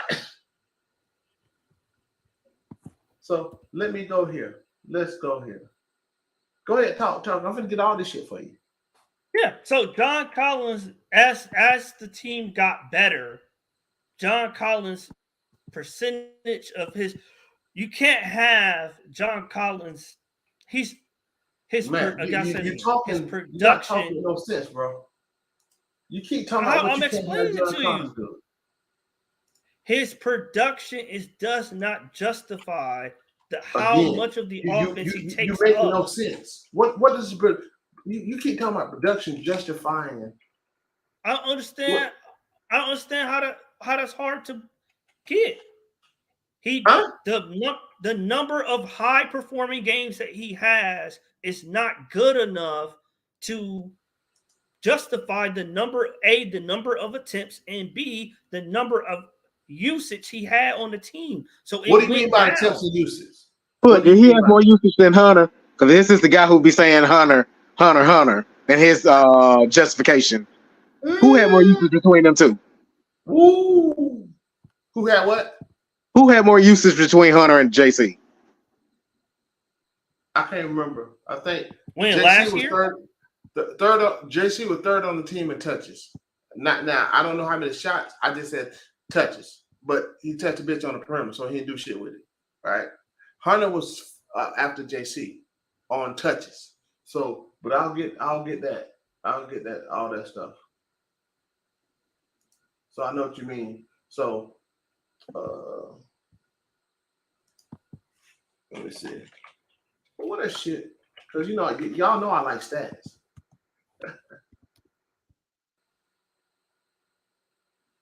NBA player stats. Yeah, I just feel it was always his contract. Y'all should be more mad at Tony instead of the guy who took the money. You know what? I'm never gonna be mad at the guy who took money. I'm never gonna be mad at the guy who took money. He said, I don't want 95 because I want what everybody else who doing 20 and 10 get, which I felt was fair. They didn't have to give it to him, but they did, and he took it. Yep. Yeah, I guess, but he's not like the other 20 and 10 guys. He what? He's not like the other 20 and 10 guys, because the other 20 and 10 I don't guys. give a damn how you like. If you give me 20 and 10, I'm good. He don't have to be like, ain't none of them the same. None of them the same. So, but Kool-Aid, Collins never was strong in the post. That's my whole point. So here we go. 20. Oh, let me change the season now. Is it 2018? Yeah. John led the team in point. Not points. He led the team in points and rebound. 19-5, 9.8. So let's see here. And if you're paying him as the second best, why do you keep bringing in somebody to be the second best and move him down to third, and somebody to be second best, move him down to fourth? Because he's not good enough to sustain being second. Then how you gonna say he ain't good enough to why did you pay him? The 20 and 10? That makes zero sense, bro. It's how he scores the 20 and 10. How does he score? I just told you a majority of it was assisted. So my whole point was why they had his ass from a high assist point guard. Why he had his ass on the perimeter? Because he scored. That was just a system. I don't know. Huh? That was just a system. I don't know why they had him. Well, part of it was Capella. No. Ain't got shit to do with Capella. I'm not gonna ride with that. Right? Because who we had at center? You remember who we had at center? Back then, it was what, Alex Lynn, And who else? Damian Jones. I'm talking about starting. Oh, what's Damian the Jones dude? wasn't on that team. The dude that came from San Antonio. We had Dwayne Dedman. Dwayne Dedman, Dedman. yeah. Mm-hmm. So, right? So now let's go here. Let's go to the next season. Okay. So Trae Young took over scoring. His scoring average went up another 10 points. John went almost a whole full rebound. Right? So he only played 41 games. So that's when he was hurt. No, that's when he got suspended. Ain't it? Oh, suspended. But still 21 and 10. Mm-hmm. Right? 21 and 10, right? You had Hunter still at 12.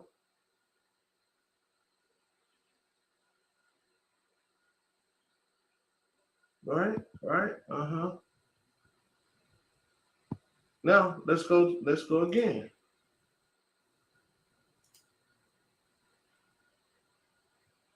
All right.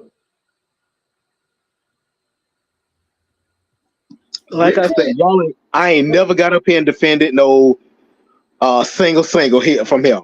I just said you can't expect him to be no 20 and 10. That's the fourth option. So with Clint, the first year of Clint, he averaged 17.6 points, right? Mm-hmm. 17.6 points, right?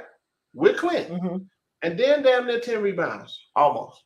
So, yeah, of course, it went down a couple of points, went down a couple of rebounds.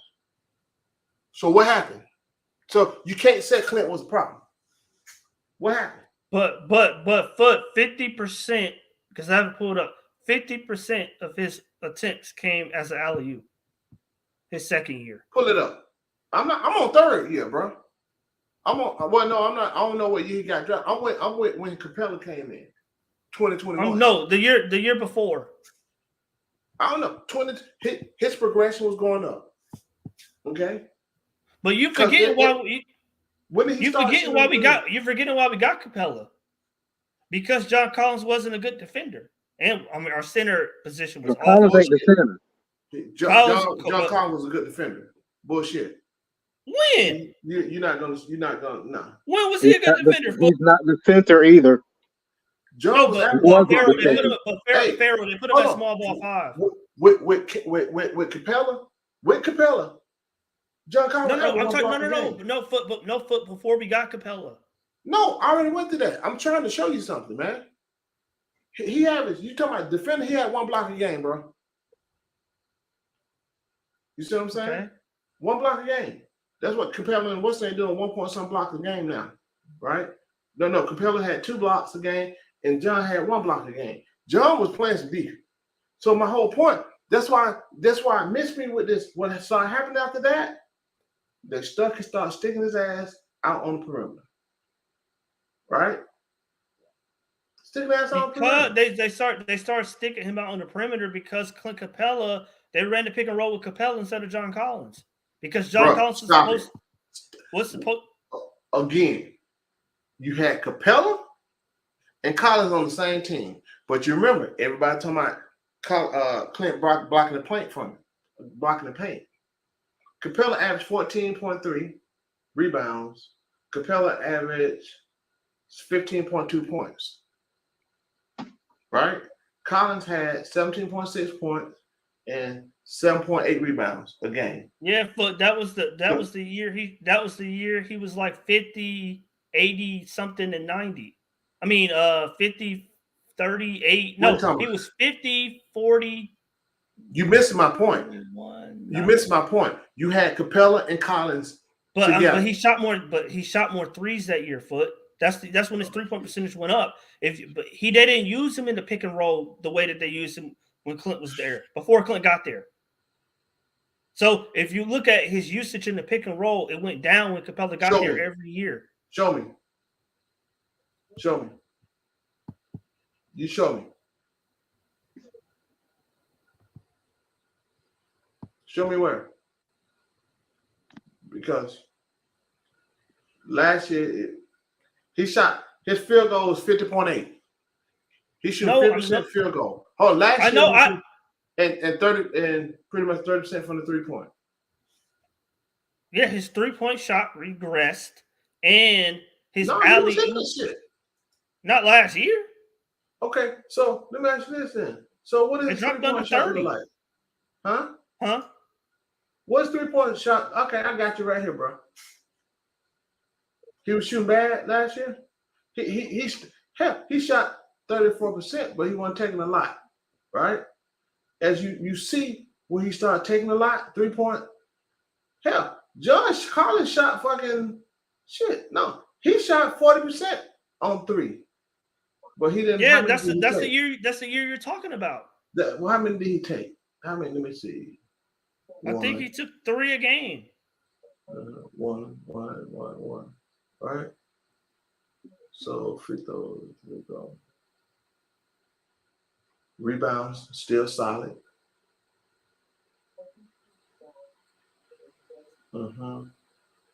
Defense blocks, they're still solid. All right. Yeah, 2020.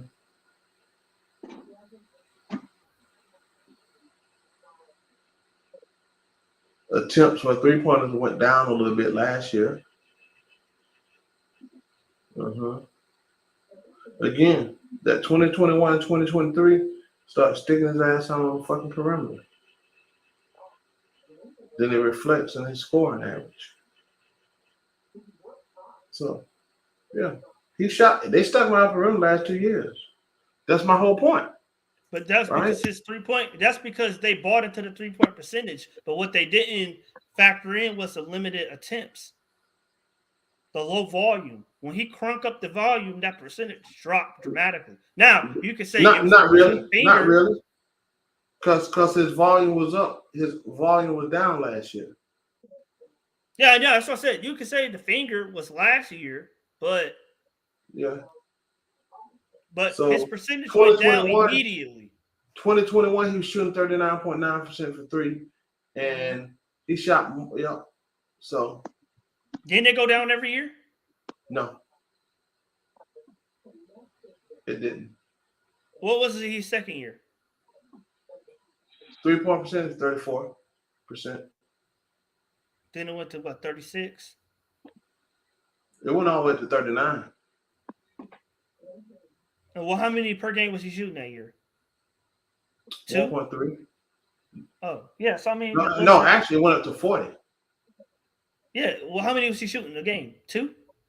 No, 1 point. Hold on. 3-point. Is it 1.3 to 3-point? Shit. I don't know how to read that. You got 1.4 to 3.6. I don't know how to read that shit. That shit don't make no sense to me. Okay, I thought it was 2, but okay, even worse, 1.5. I mean, what's but again, like I told you, he could shoot threes, but they just kept setting his ass out there waiting for the hand. Shooting threes and flow, because John's thing on his threes in his career, he coming down the court, they run something, they kick that shit off, and he pull up in rhythm. That was his three, not sitting in the corner waiting for somebody to just sit down. Spread ass offense. He just sitting down, somebody drive and kick it out to him. Again, when he played closer to the basket, he got more easier buckets. That's my point about it being assisted. They ain't got shit to do with assisted. You keep talking about Matt. Look, if he's around the basket, Matt, Trae Young throw it to him on the alley-oop. Matt, they still got to get again. You keep talking about some assisted, like the assistant. They run shit through him. That was my whole point. It don't matter who you got assisted, right? He was close to the basket. His mid-range game was fucking on point, right? The dude's shooting percentage overall, he been shooting in the fucking high 50s his whole career. He started his field goal percentage his rookie year was 57.6. Last year was the lowest it's ever been, 50.8. Before Nobody that, ever 50 said no. Yeah, Hold he's on, been hold good on. in the mid The range. year before that, 52%. Year before that, 55. Year before that, 58%. Shut. I get. This Okay. field goal percentage. Foot So and Pharaoh. I guess the simplest way to put it is the lemon ain't worth the squeeze. Okay, he's not good enough. So hold on, He's what you tell not me? good. The lemon is not worth the squeeze. He's not good enough for me to dedicate so much attention to. I gotta isolate the other dudes to focus so much on Collins. Matt, He don't stop, dude. score enough. Matt, the offense didn't run through no fucking John Collins. Okay, you keep talking about his. If you shoot 50-some%, high 50s, dude shooting down to 60% field goal, 50-something%. You know why? Mid range. You know why? At the back. No, bro, you talking dumb right now, bro. You talking about hit the lemon, the squeeze. Where the hell you talking about, bro? The dude shooting high 50s. But Foot, I got that. It would be like if I put all my attention on every time DeAndre Hunter. The offense? Yeah, and that would be like every time DeAndre Hunter scored, out of his 10 attempts out of his 10 makes that he had, 8 of them were passes from Trae Young or DeJounte Murray. It's like He's going to get most of their passes from the guards. He's going. I'm doing all this for him to score 24 points. What are they doing for John? Nothing. What do you mean? What they doing for John? John's not taking most damn time. They giving John alley-oops. They giving John the ball in the post off of a seal. They giving John. What do you mean? The guard. Since when, other than maybe Embiid and Joker, all the big men get passed to from the guards. He's not a big man. Okay, power forwards and centers. You know what I mean. John Collins just didn't grow. No, answer the question, bro. Answer the question. You're asking me what now? Power forwards and centers, all of them outside of Embiid and Joker, get passed to from the guards, so they get assisted to. That's true, but typically they're not. Typically, those guys are not, one, a focal point of the offense. Two, they're not. If 70% of their points, Matt, are you saying John is the focal point? I thought it was when you get that. Are you saying John Collins was the focal point of the offense? You saying that? Yeah, and for his attempts, yes. No. Either he was a focal point or not. So you saying the ball ran through damn John? No. I'm not saying that. What the hell are you saying then? I'm saying you saying so many things. You keep losing me. Okay. John Collins touches the ball 12 times. He scores 8 of the 12. Whatever. All 6 of those 8 times, I have to figure out a way to give John Collins the ball in a scoring position. You exaggerating now. You talking about now? But that's figure out a way. Passing the ball, assisting is not figuring out a damn way. especially for Trae. Damn. You ain't, bro. Okay. Point guard, pass the ball to the big. Okay, if that's the case, how come DeAndre Hunter, how come 70% of his attempts aren't assisted? How come everybody on the team is at high assisted production on the team? Okay. How come it's only John Collins? I mean, so of course, Capella is as well. You saying JC is highly high? Give a stats for the other dudes on the team then, compared to JC. That's what you do. I got the numbers. Go get the numbers. Okay. You know I get the numbers now. I keep the numbers in my pocket. Here. Hold on 1 second. Let me see.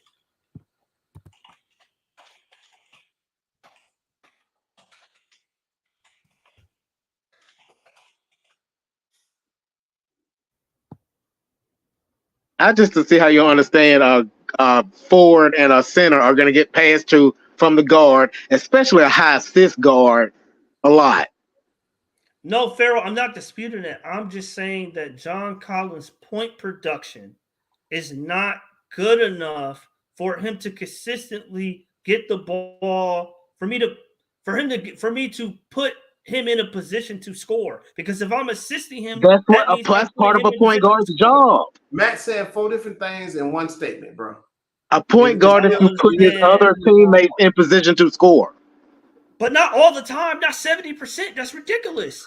What's 7%? What do you keep talking about 7%? 7% of what, Matt? So he just if he passes it to him and they start moving, then it's no longer an assist. Hold on, Pharaoh. That's why I told Matt to go get the numbers. So compare everybody assisted shots or whatever to everybody else, because you keep throwing out numbers. I got mine. Let's see facts. You said DeAndre Hunter. 1 second. Let me see. No, you said this up. No. I'm talking about John Collins. You said we know the other players on the team. Numbers. Go get the numbers to support what you're saying. You throwing out 7%. You throwing out numbers. Because the way I'm reading. Okay, so hold on. The way I'm reading it is that you're saying that John Collins was a focal point of the offense, and then he don't do enough to even get the passes. That's how I take it. Is that not true? To be the focal. What I'm hearing. That what you hearing, Pharaoh? Yeah. So if you tell me you got a guy shooting high 50s since he's been here, and you telling me he shouldn't get the ball, or he's the lemon squeeze? What was the analogy you use? The lemon ain't worth the squeeze. The lemon ain't worth the squeeze when the dude is shooting 50%. And I'm telling you, the problem with JC was they stuck his ass on the perimeter too much, right? Instead of close to the basket with his mid range. So how you gonna put him? If he's Foot. How are you gonna put him close to the basket and you have Capella near the basket? Bro, I just showed you what he did when Capella got here. I just showed you what he did. You're talking about 1 year. Yeah, because they start sticking his ass on perimeter. That's my whole point. So if you start getting him shooting threes all the time, you went away from what you was doing. Dude was averaging 17 and 8 when Capella got here. Obviously, some stuff is going to go down because Capella was here. So now you're telling me, oh, well, XYZ, I just showed you. I gave you the information that after that first year of Capella, now he's shooting threes. Because I know what I laid it all down for you. I don't just say stuff just to say it. When I sit down and look at stuff, so like I told you, I'm a numbers guy. I don't do it bad stats. I just do straight basic stats. I'm explaining to you why he got traded and why he got basically. We're talking about why he got traded. Pedestrian. We're not talking about why he got traded. I'm talking about why his production, why they de-emphasized him, why he was highly emphasized, and then he went down every year. I'm not going to let you get away with it. Go back to what we talk about, then we can talk about how we got traded. We know why he got traded. So let's talk about where the numbers to support what you. DeAndre Hunter, right here. DeAndre Hunter. I didn't say that about DeAndre Hunter. Let's get the numbers. You said John compare Collins his numbers to all the guys. Yeah, that's what I'm doing. That's what I'm doing. Hey, DeAndre Hunter highest year was 19.4. That was this year. 19.4 if his attempts were assisted. 19.4. It's not 70. 70 is for a non. What's your point? What's your point? You didn't make no sense, bro. My point is, if John Collins was scoring, if his output was higher, then I can justify assisting him. You just talking about assisted shots. That's what I'm saying. But you're not. Stick to one thing for me. Answer one thing first. His point per game is not high enough for me to assist so many of his attempts. Because that means what does that every time? That means for every time I pass it to John Collins and I set up John Collins to score, that means somebody else over here is not getting the ball. That means somebody else over there is not getting the ball. What does that mean though? You still ain't. What does all that mean? That you make it make sense. John that means that person ain't getting the ball. Didn't I just tell you John Collins shooting 57, 58%, right? But Foot, that 57, 58% is resulted in how many points at the end of the game? 20 Matt. points? Matt, you're not making you all over the place. You still ain't I'm trying to be as simple as I can. You're not. I thought I explained it well. No, you didn't. But if Murray, Okay, hold on. Let me say what I'm saying. Let me tell you my point. Right? This all started. We don't went down 30 minutes on me saying they stuck JC on the perimeter too damn much, and that's what shit started. The production started going down. Right? That was my point. Right? Yeah. So I said my point. Then I just showed you based off the numbers. Right? To prove my point. You said how he was assisted. You talking about players coming in like DJ, and you talking about he's not worth the effort assisting him as well, like the limit or whatever you talking about, however the analogy you use, right?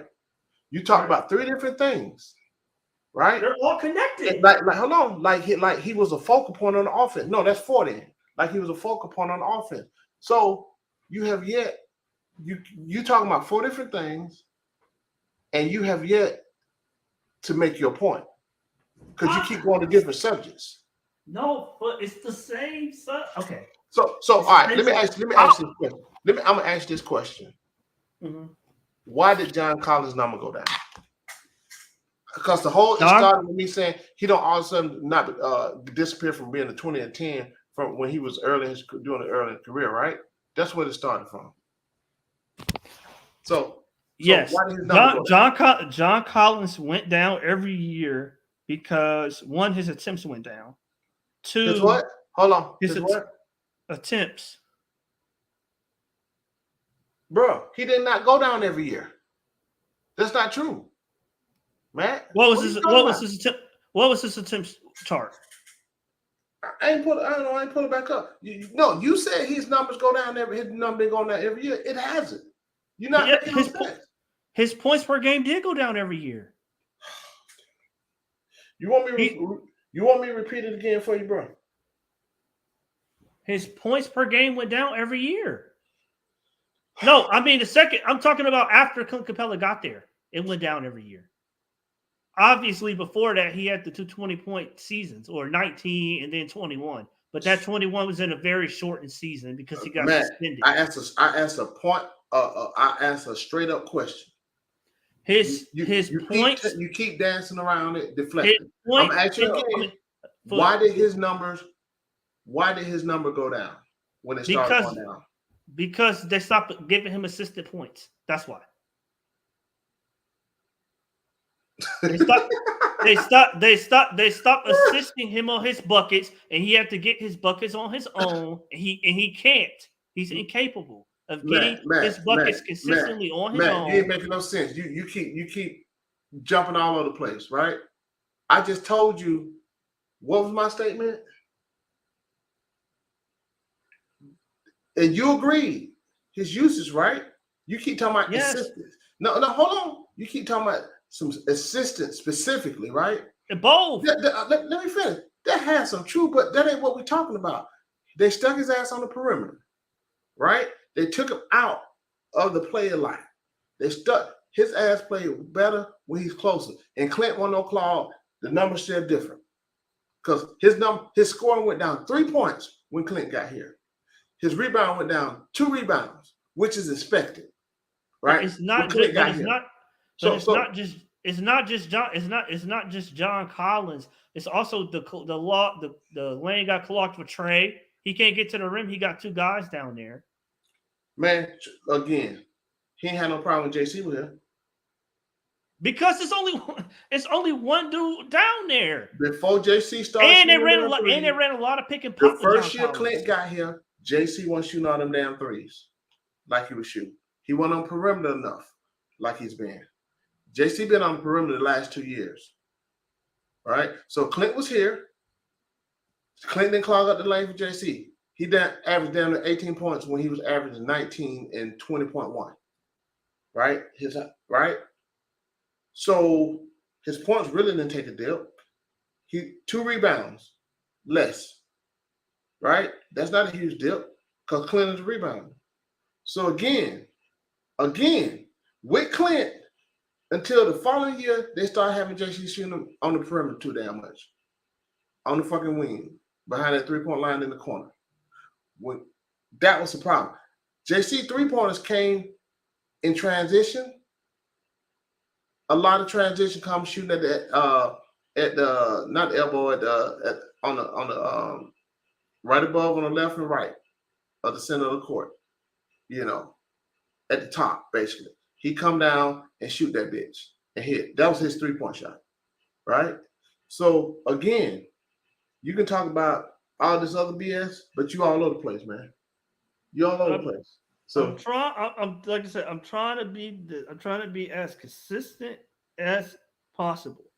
I can't I can't have a player that his max is 20 points a game and I have to set him up to score all the time.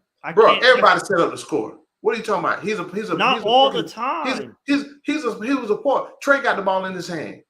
What you expect? JC ain't never been a one-on-one dude. No, go get the bucket. That's what they expect. The offense wasn't flowing no more. The offense last couple of years, the offense ain't been flowing no more. He got his buckets in flow the offense. That's the thing. And see, so man, we ain't talking about that no more. Because you let's talk about another subject. Pharaoh said he'd be back because you're not making no sense, man. You all over the place. I asked a question. You still ain't getting the answer. I told you why his usage went down. Bro, you talking about assisted this, assisted that, da. Come on, bro. Because again, his usage was high because he was catching alley-oops. He was catching curls around the rim or seals around the rim. But when the alley-oops got cut out and the curls got cut out, why did it get cut out? Because Capella was roaming the dunker spot. I just showed you what he had when Capella first got here. So that's bullshit because he was doing the same thing until they cut it out and put it on the perimeter. You keep talking about Capella got here like all y'all be doing, right? I just showed you when Capella got here. John was still producing. Yes, right? Yeah, for that 1 year. But like I said, you got to create space in the lane for Trae Young. You can't clog up the lane with 2 bigs and Trae Young. The lane wasn't clogged up with 2 bigs. I said mid-range, right? They sticking him far away from the basket. So Trae got here that year when he got here. See, that's what you're missing. So you see people who don't understand the game, who don't watch the game, they come up with stuff. They clogging the lane for Trae. Clint is in the way for Clint, clogging the lane for JC. All that bullshit folks be talking about, which is not true. Not true. They stuck JC on the damn corner. I kept saying that. I kept talking when I first got on this last year. I seen that right off the rip. The following year, after Clint got here, when JC was still balling, they started having JC out there on the damn perimeter trying to shoot threes. And that's so guess what? He's waiting for that extra pass far away from the basket. And he was he's waiting for somebody to assist him. Why he can't come down and take the ball? They pass him the ball at the top of the key. He take it, triple threat, and get to the rim. He can't do that. Matt, JC is still a slasher. He's not a dribbler, but he's a slasher.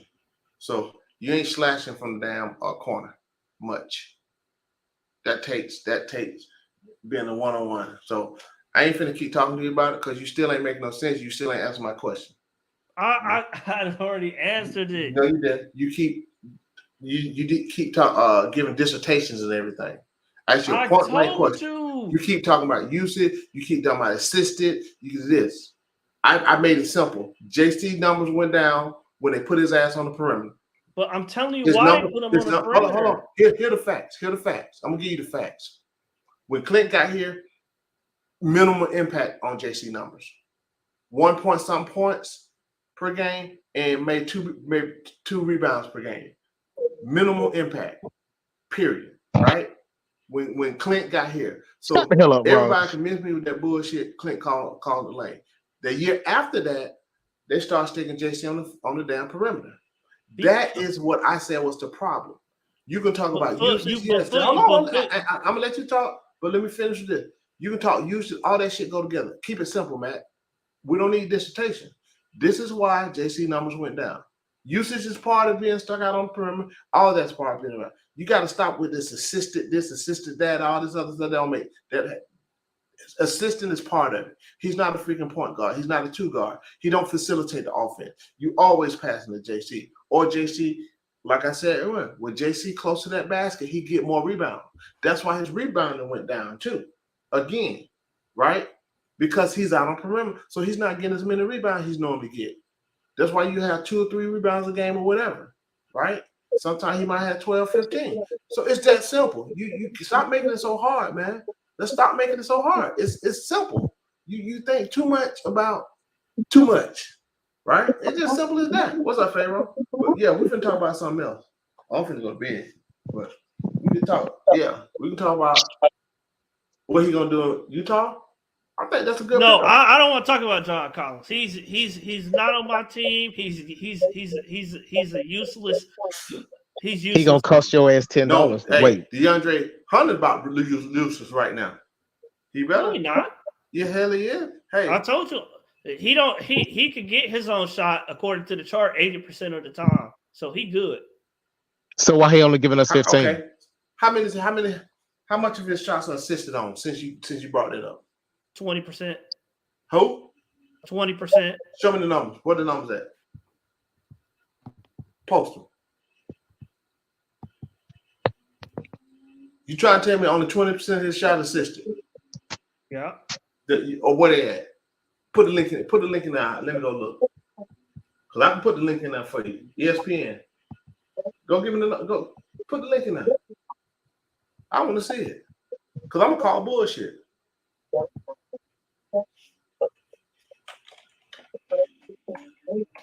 You got him? I put it in the chat. Oh, it's in the chat. Okay, let me see.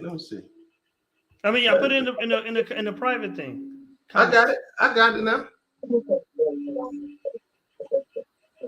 What'd you say, Pharaoh? Can't hear you. I didn't say anything. Can you hear me? Oh, now I can hear you. Okay. Okay, where's what they show, Matt? The percentage of a team's possessions that ended in an assist divided by points per attempt. No, dude, no. Let's see DeAndre Hunter stat, not team stat, right? No, So- this is DeAndre Hunter's. All right. So which number? The first column.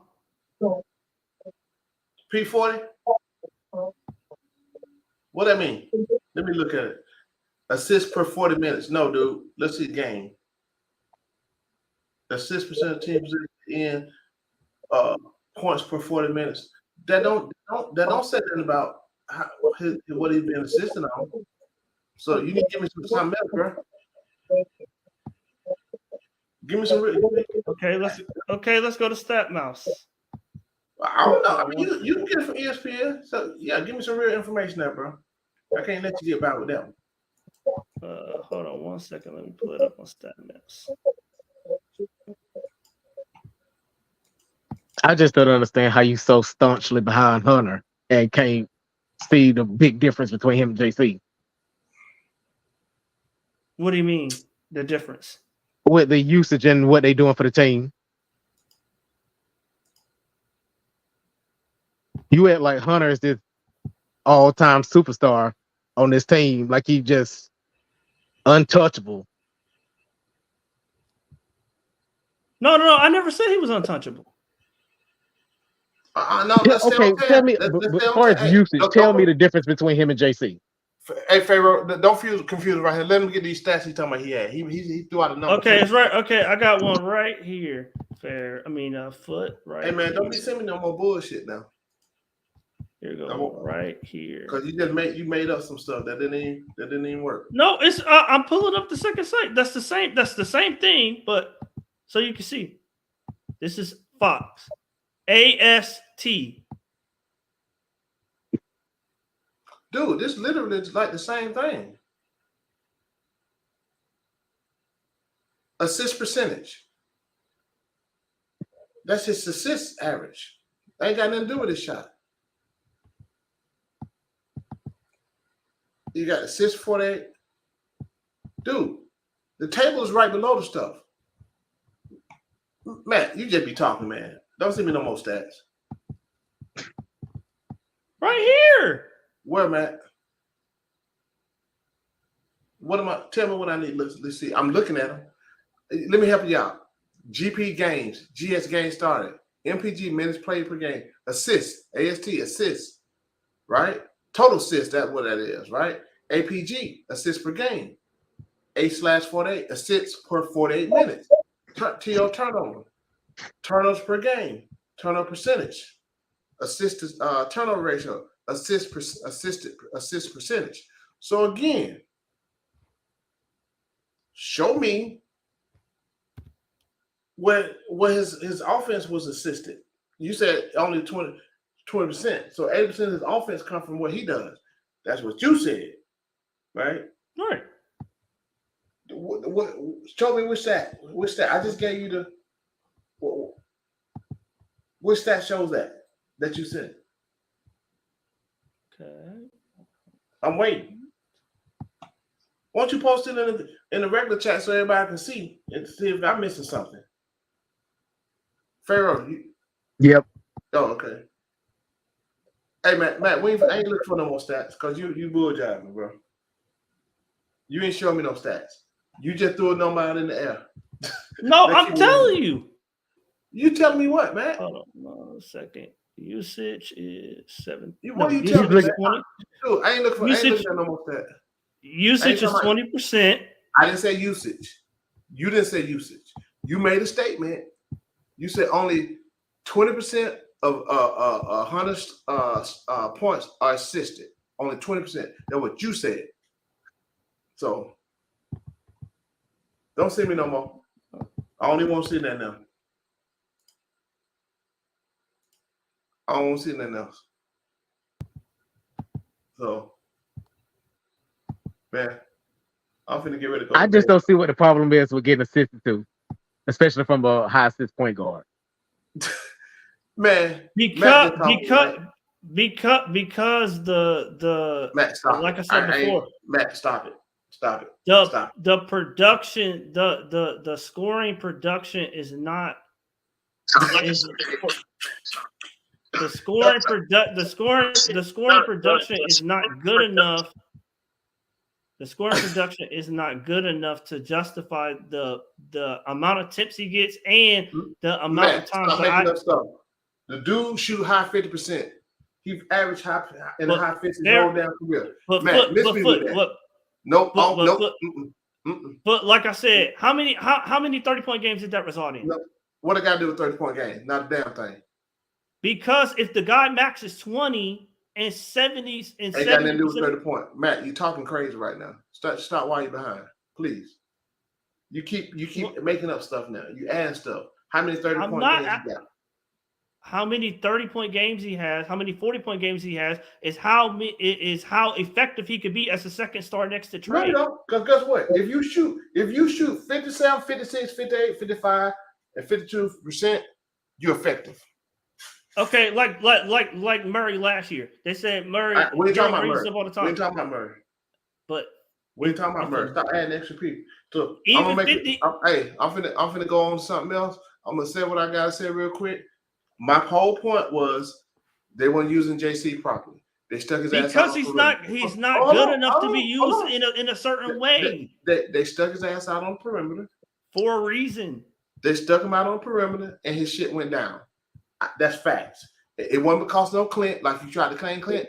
He was still balling with Clint when Clint first got here. So you can't use that. So now you come up with some you don't made up.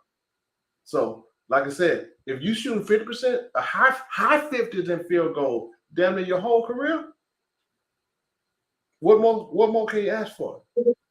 So that's my whole point. So, so anybody talking about Clint was in the way, Anybody talking about Clint was clogging up the lane for Trey or JC? It's straight bullshit. Because y'all know me. I go get them numbers, not no advanced analytics. I get black and white. How many points you score? What's your field goal percentage? I don't need this advanced shit with some dudes went in the back room, some mathematician went in the back room and then came up with some formulas to get some made up shit that don't mean nothing. You know, how many points you score? How many rebounds?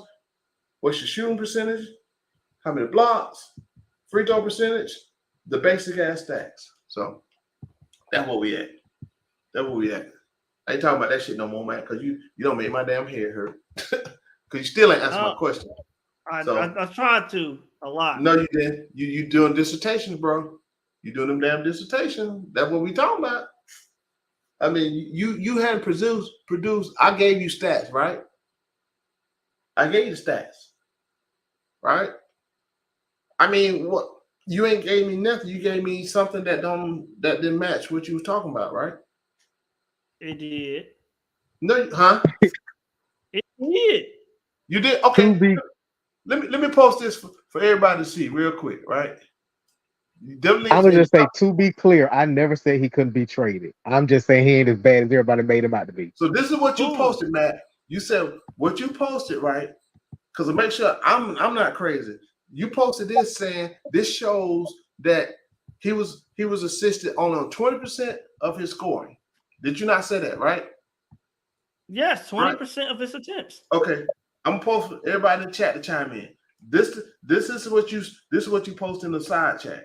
So if everybody tell me I'm wrong, because I don't see. Oh, it won't let me post that. I post on Facebook then. I mean on YouTube. See if it let me post that. Because I ain't crazy. Hey, you saw that, Pharaoh, right? So what? Huh? Can you hear me? Yeah, him. Let me see. Alice post some advanced stats or something. Yeah, that still didn't show what Matt said. Yeah, so yeah, that's what Matt posted. Thank you, Alice. That's what Matt posted. So that's one. So that don't say that nothing about that. So, because I ain't crazy. That don't show how much he would. That just shows his stats as far as his assists per game. Yeah, appreciate it, Alice. But we ain't talking about no more. Matt, yeah, I'm gonna take my ass to bed though. I gotta go to a client. Shit, I was gonna go. Yeah, I gotta go pick up some damn money. Make some money tomorrow. Pay these damn bills. We gonna get house fan hyped up. Hey, for y'all don't know, me, Matt, Pharaoh, we doing this shit. We done this shit several times. Mike's stupid. What? Talk about 24-hour marathon. No, I ain't never done a 24-hour. I don't know about y'all ass.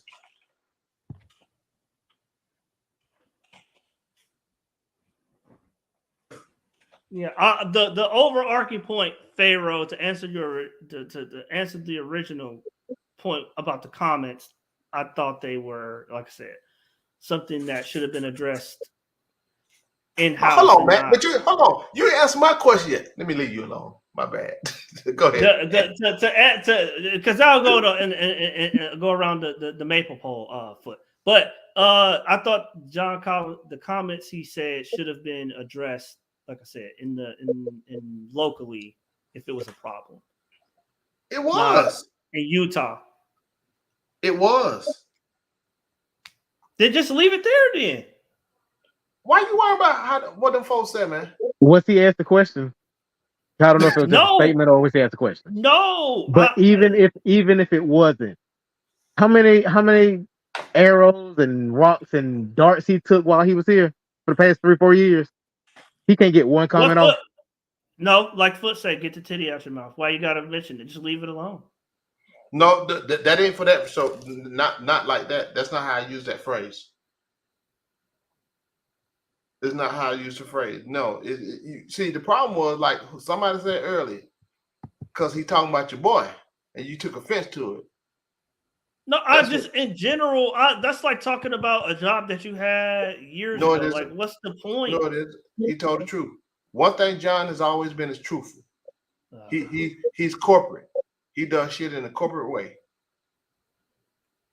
They That ain't stunted my never changed. growth. Leave it. Okay, I would agree with that. They Yeah, stunted but your you, growth. you I gotta agree. think about I it. agree with that. JC don't talk about this before, like I said, right? When you look at when him and Trey had the issue, just like JC, Trey was saying some slick ass shit too. Why don't Trey leave it alone? Because Trey been slick with his mouth since he been here. Been slick about the coaches. He been slick about JC and other players. So that's my point, Matt. You keep talking about JC. What about Trey? His mouth been slick as hell around here. But he didn't say nothing about JC today. Hey man, I ain't talking about that man no more. You tripping? It's always but. Leave the man alone. Don't even, you know what I'm saying? I don't think it's just Trey. I just think in general, like, I get it. But it was Trey though. In addition, it probably was. That's what your problem is. Hey man, we ain't defending that no more. We ain't trying to defend. We ain't trying to say JC should. He a grown ass man. He can say what he want to say. I ain't worrying about it. Stop spending time on it. You know, he wasn't happy. He already told you he wasn't happy. He been saying this stuff. You got like he said, oh, he shouldn't have said it again. Nah, he ain't broke that shit down like this, but he pretty much said the same thing. He talked about egos before, in case you don't remember. Right? So, I mean, at the end of the day, Trey been slick with the mouth, and JC been slick with the mouth. Well, JC, at least JC is shit a little clear when it come out JC. He said now Trey gonna kind of be a little slicker with it. So let's keep it 100. Am I lying? So that's what he ain't here no more. He's in Utah. Let's move on. He can say what he want to say. I wish him the best because he was a Hawk. That's it. That's okay. Hey, Pharaoh. Yep. By February, I'm gonna come knocking. I really wish this bet was more than $10. What's y'all? No, it's not for the money. It's just to proclaim. No, it's the money for me. Hold on, what was that bet? I might need to jump on it. The $5 he didn't give me, I had to double up on, and I did. Damn, man, I don't even remember what the original. I don't even remember what the original $5 bet was. I believe him because he said I didn't give him my cash out, but I know I said it on the show at least once. But I'm gonna let him get that one off. Oh, so, hey, I don't play. Hey, all I can say when I sent him that the cash out last night, he hit me. He put it in. I told him my bad if I didn't send it to him. So then I doubled. You want to double the netting? You want to double the netting? I doubled the nothing at $5 to 10 because he was in the chat saying JC was gonna get benched before the end of the season. Hey man, can I get in on that? We'll do another 100. Mm-hmm. I can use another 100, Matt. You scared? I'm a working man. Bro, you ain't got no kids, no responsibility. And I'm saving up for my Italy trip. Okay. You ain't got to save up for it. You got it. What you talking about, man? I mean, yeah, I do, but shit, you ain't fooling no man. Talk your shit, man. So y'all been $5. Come on, man. You got. I forgot what was the original bet. John Collins being benched by No, that's what I doubled it up. What was the $5 for? Man, if you can't remember, he ain't gonna remember. That's on you. I know I know I won it, and then I remember it was John Collins getting traded on draft night. Oh yeah, because when he said he was gonna get traded by draft night, he did. So after that, it was like a week or so. I didn't give my cash out. And Capella, a lucky ass man. And so then I doubled it up because he was like, he gonna say, "Ain't no way JC getting benched by All-Star break." Okay, you don't know what's that dude's name? Will Hardy. He cussed out what's his name? Colin Saxton sat him on the bench for 2 games in a row. And he was the highest paid player. Hold on. Now and now he bench him for one game. That does not okay. You that's what you're gonna go off So on. what's the bet? What's the bet? Like we had witness. What's the bet again? John Collins is going to be benched by the All-Star break. By the So All-Star if he, break. hold on, do you mean bench like bench, or he sit him down for one Not game starting and anymore. you won? Not starting Not starting. anymore. Not starting. Okay, oh, that's what I Unless thought. he's- I don't unless agree he's with that. hurt. Injury don't count if he's injured. And I'm not saying he can't get cussed out by the coach and disciplined. So If he what sit you him mean? down for a game, that don't count. Start one game or just take his position taken. Period. That's what I thought he His meant. His position taken. Okay, Yeah. And y'all just, hey man, run that bet up, man. Bet a 50. I will. I'm fine. I'll run it up if he wants to. Taylor Hendricks gonna be taking that spot. So what you betting, Matt? Taylor What you Hendricks? betting, Matt? You want to do 50, Farrell? We can do 50. Yep, I'll do 50. Can I get in on that? You want to do 52? I ain't finna take your money, man. I ain't finna do it. I got faith in my guy. JC ain't getting benched. last time because you shouldn't have took that damn. You know what though? See, I be trying. I told you not to take that bet, but you insisted. I did too. I mean, no, there's not a person. I mean, you can say you, but there's not a person in America that thought that Clint Capella was going to be back on this team because But you said no, Matt. The bet was Clint Capella or John Collins. Remember? And we said it would be one. We said both of them were gonna be gone by training camp, which start today. That was the bet. It wasn't just Capella. You said we would have been on our way there. We would have took that trade on draft night. If your boy Landry wouldn't have tried to push for more things from Dallas, you might have won. But that's okay. Capella days is numbered. you know. So y'all been at 50, huh? Yep. Yeah. I don't know. Can you even name their point guard, Pharaoh? Who? Can you? I don't keep up. I don't keep up with Utah like that. I just know my boy JC over there. Hey, And man, that's bad. He don't even give a fuck who on the team. He just said, he just said JC ain't finna be benched. Okay. You know? But also, let me text analysts and ask who the guy they just drafted. He gonna be starting.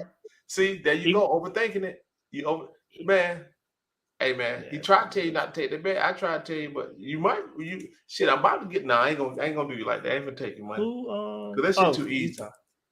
Utah drafted. Yeah. Because you know I'm a clown you again, right? I'm gonna be Taylor like, Hendricks. That's his name. Money. Huh? Taylor Hendricks. That's his name. He gonna be JC. Gonna be warming up the bench for him with the towel over his neck. And oh boy, what's his name? Came from Cleveland. So now, what if JC get traded? Does that count? No, I don't know. I can't. I tell you what. I make it. How about if he get traded, he still start?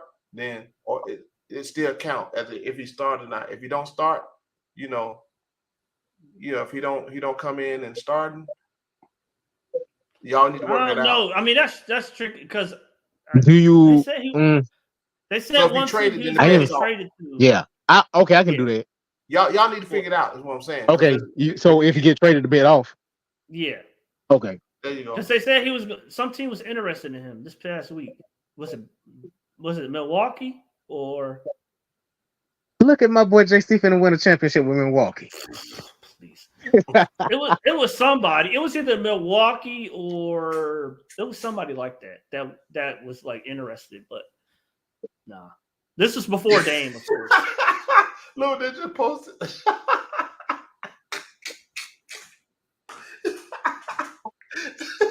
Damn, I'll be right back.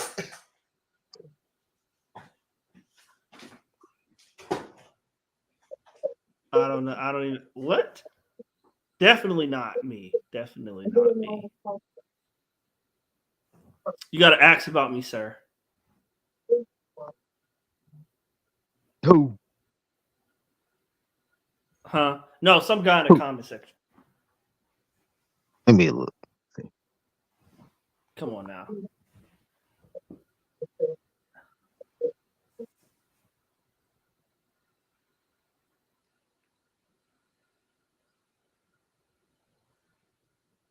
I'm just saying. I got faith in JC. He's not I getting don't. benched. I got zero faith. He I'm got like, no he didn't point even. guard. He got no point guard to set him up. He got no point guard to throw him alley oops. He gonna be You he just gonna be a said that was the thinking man. problem. That's what I'm. No, I'm saying he don't have nobody to capitalize off of those attempts from. So I mean the passes from. So I don't see how he gonna score. I mean, I think he could give you like 14 and You mean 7. so Hunter numbers? Stop. Hunter, I'm just when they said use Hunter off screens and in the low post, when Quinn said that, I almost cried. I said, finally, somebody understand how to use Hunter. Finally. Them knees gonna hold up. Let me stop. His knees ain't a problem. No more. I mean, he gave a full season last year. Basically. It's still only 15. What the I hell y'all mean, talking about now? That's a but shame. like I said, and he said he gonna shoot more this year. So that was He just said well, if JC gave him like he think JC would do like 14 in Utah. So I said basically Hunter numbers. that's just disrespectful. Boy, hey, boy, y'all better Like you say, these are facts. Hunter ain't never been over 15 points. Hey, No, that's not true. The year he got hurt, he was at 18, and then he got hurt, and then he came back, and they forced him to play them 4 games, and that dropped his average down to 15. well, y'all better be So it was 15. So like I said, it was 15. No, but you know he shouldn't have played those. Everybody knows he shouldn't have played those 4 games.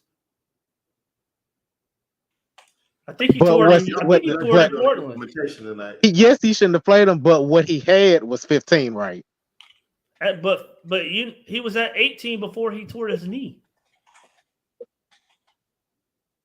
And climbing, by the way. But he tore his knee and what he got was 15, right? I mean, yeah, if you want to count those 4 games that he played, I guess. He played them though, didn't he? Technically. So technically he had 15. Yeah, technically. So when he gives me another 15, I'll applaud him. And it won't be this year because I'm getting my money. No, actually it could be this year. It just won't be 18. No, like I said, I put 8 you not finna get happy off of 16 or 17 because you said 18. Yeah, I think he could get an extra 3 a game. I don't think that's out of the question. Oh, y'all running another bet? No, we already got this. This is the one we just made was the second one. We already got one on Hunter not. We already got one. I might have to get in on this one. We got one on Hunter not doing 18, averaging 18 points for the season. But remember, he has a game quota. Oh, was that with Demond? He has a game quota. He got to play a certain number of games because, obviously you can't account for injuries. Here go Matt. I mean, injuries happen. Unfortunately. Matt, dude, bro, stop taking all these bets, bro. Straight up. I'm gonna end up taking an Italy trip off of Matt money. I know that's right. Gerald supply my betting money because I'll be cleaning the house with him. For what? What you want to bet on, Matt? What else you want to bet on? Like taking candy. That's it. I'm not. This is Pharaoh. I'm not doing no more bets until I collect my Ritter money from Gerald. What money you got on Ritter? Huh? What money you got on that?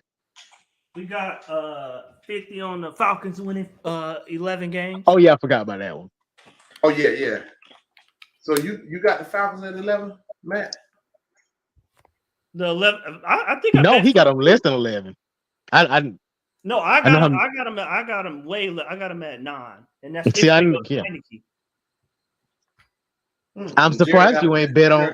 I'm surprised you ain't bet on when Ritter gonna get benched. I said the bye week, but now I think it's gonna be before that. I'll be honest. I thought he was gonna be a little bit better than this.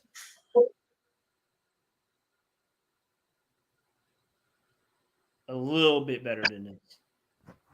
I mean, this is like high schoolish right here.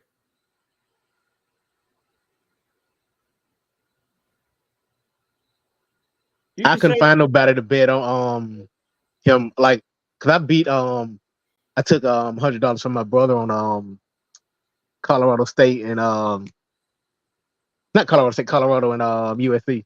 I won money from Damon on that. Not dumb. When did you bet him? What? Just outright win. Talk about him and Damon.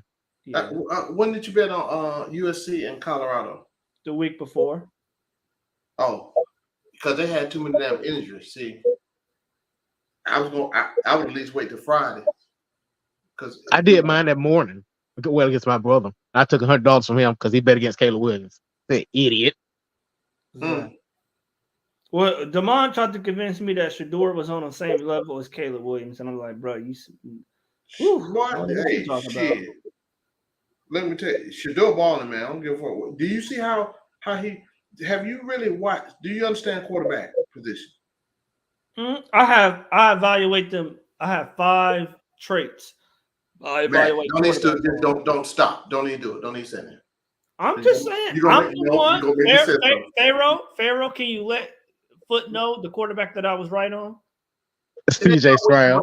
Dude, every dog can have his day. Ah. Shit. Come on, you get Now I rock with Matt in the quarterback stuff now. what? That's get when you want to talk mechanics and specifics, then we can talk. I told you I have 5 categories. I told you on. Dude, I'm not talking about you guessing. I'm talking about you I'm actually not talking guessing. about the position. Why you assume I'm guessing? I'm not guessing. Matt, I've known you long enough, Matt. It's okay. I'm still not a dog, guessing. dog. You still a young pup, but bro, hell no. We ain't finna get in that conversation right now. But 5 categories. Like I said, 5. It don't matter. It don't matter. It don't matter. It don't matter. USC better learn how to play defense. You don't gotta worry about that. That's true. Because USC ain't making it to the playoff, bro. I'm sorry. Why not? They ain't got no damn defense, bro. Who gonna Hell. Hey, why you playing? Washington might not put that shit on them. I like that quarterback. I like Washington straight, man. That's gonna be a show though. When they play I don't know. Washington got defense, boy. Y'all heard what Nick Wright said about USC? Hey, He USC said they tried to- quarterbacks, trash. They ain't got no cornerbacks. a cornerback. USC ain't it. I mean, He they're said gonna he's play defense, trying to do but- the unthinkable and win a championship without fielding the defense. Cause Oregon and you Oregon and them Oregon gonna light their ass up. You know, I'm just saying. Matt, they said that the wig you wearing. Hey, Pharaoh. Did I hear a lighter? I heard a lighter. A lighter? Yeah, I heard a lighter. See, fucking what y'all see. That's why I stay up. Hey, that's why I stay up with y'all sometimes. I'm almost finished my implementation that I had to do tonight after hours. Get my money. Did you really hear one? Or you trying to be funny? I told y'all I'm not high.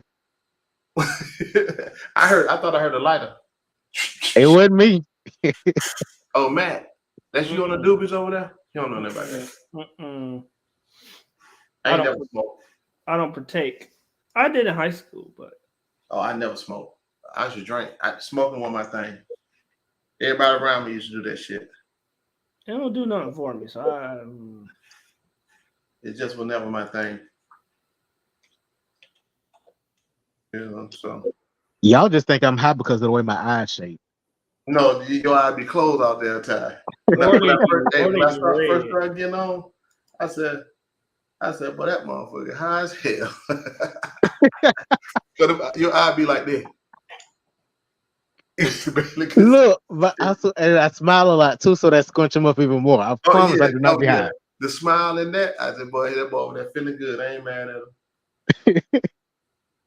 I probably can count on my one hand how many times I done got up here high. For real? Yeah, dead ass. Yeah, I think Pharaoh was capping on that. Because he be like this.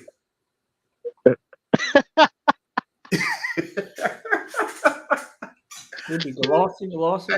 Hey, I said shit. Sometimes you just need to be you need to chill. I get it. That shit was funny as hell, man. But hey, I believe though, dog. But we Matt, you need to get a new chair, bro. Hmm? You need to get a new lazy boy. That lazy boy was expensive. What I need a new lazy boy for? So what? Well, shit, you keep giving away these monies on these bets. You might not be able to get one. Shit. I tell you, I Hold on. Let I me win adjust. more than I lose. Look, I'm gonna have to pull up. What part of Canada you in, Raj? Kim, Me and you got to square up. Kim helped me out though.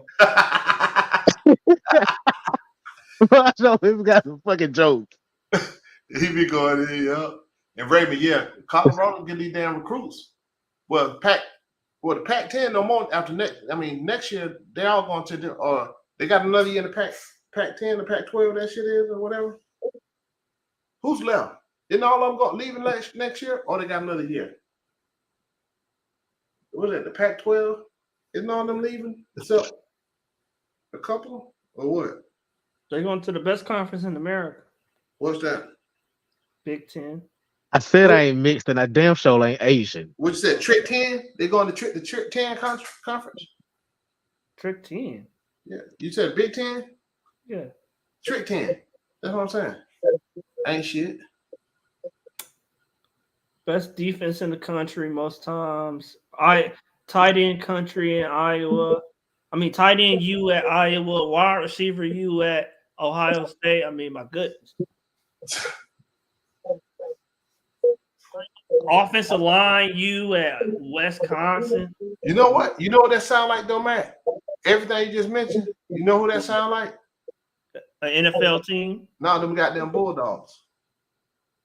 I told Gerald, they don't produce, they produce pros, but they don't produce stars to me. Boy, stop. I mean, what the NFL draft been looking like last couple of years? No, it's a lot of them that get drafted. That's rotation players, but I'm saying and play like stars and play. You know, like LSU back in the day used to produce like Pro Bowlers year after year after year. LSU is cornerback U. They produce DBs. Like cornerback and D-back and safety. LSU producing the defensive back for sure.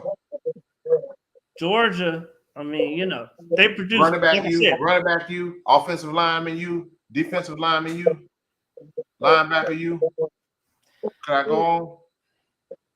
I mean, like I said, they get to the league, but I'm talking about playing. Alabama same way. Although Alabama had more, I would say, than Georgia, but Alabama same way. No, they ain't. Not shit. Not lately, but I'm just saying over the last 10 years.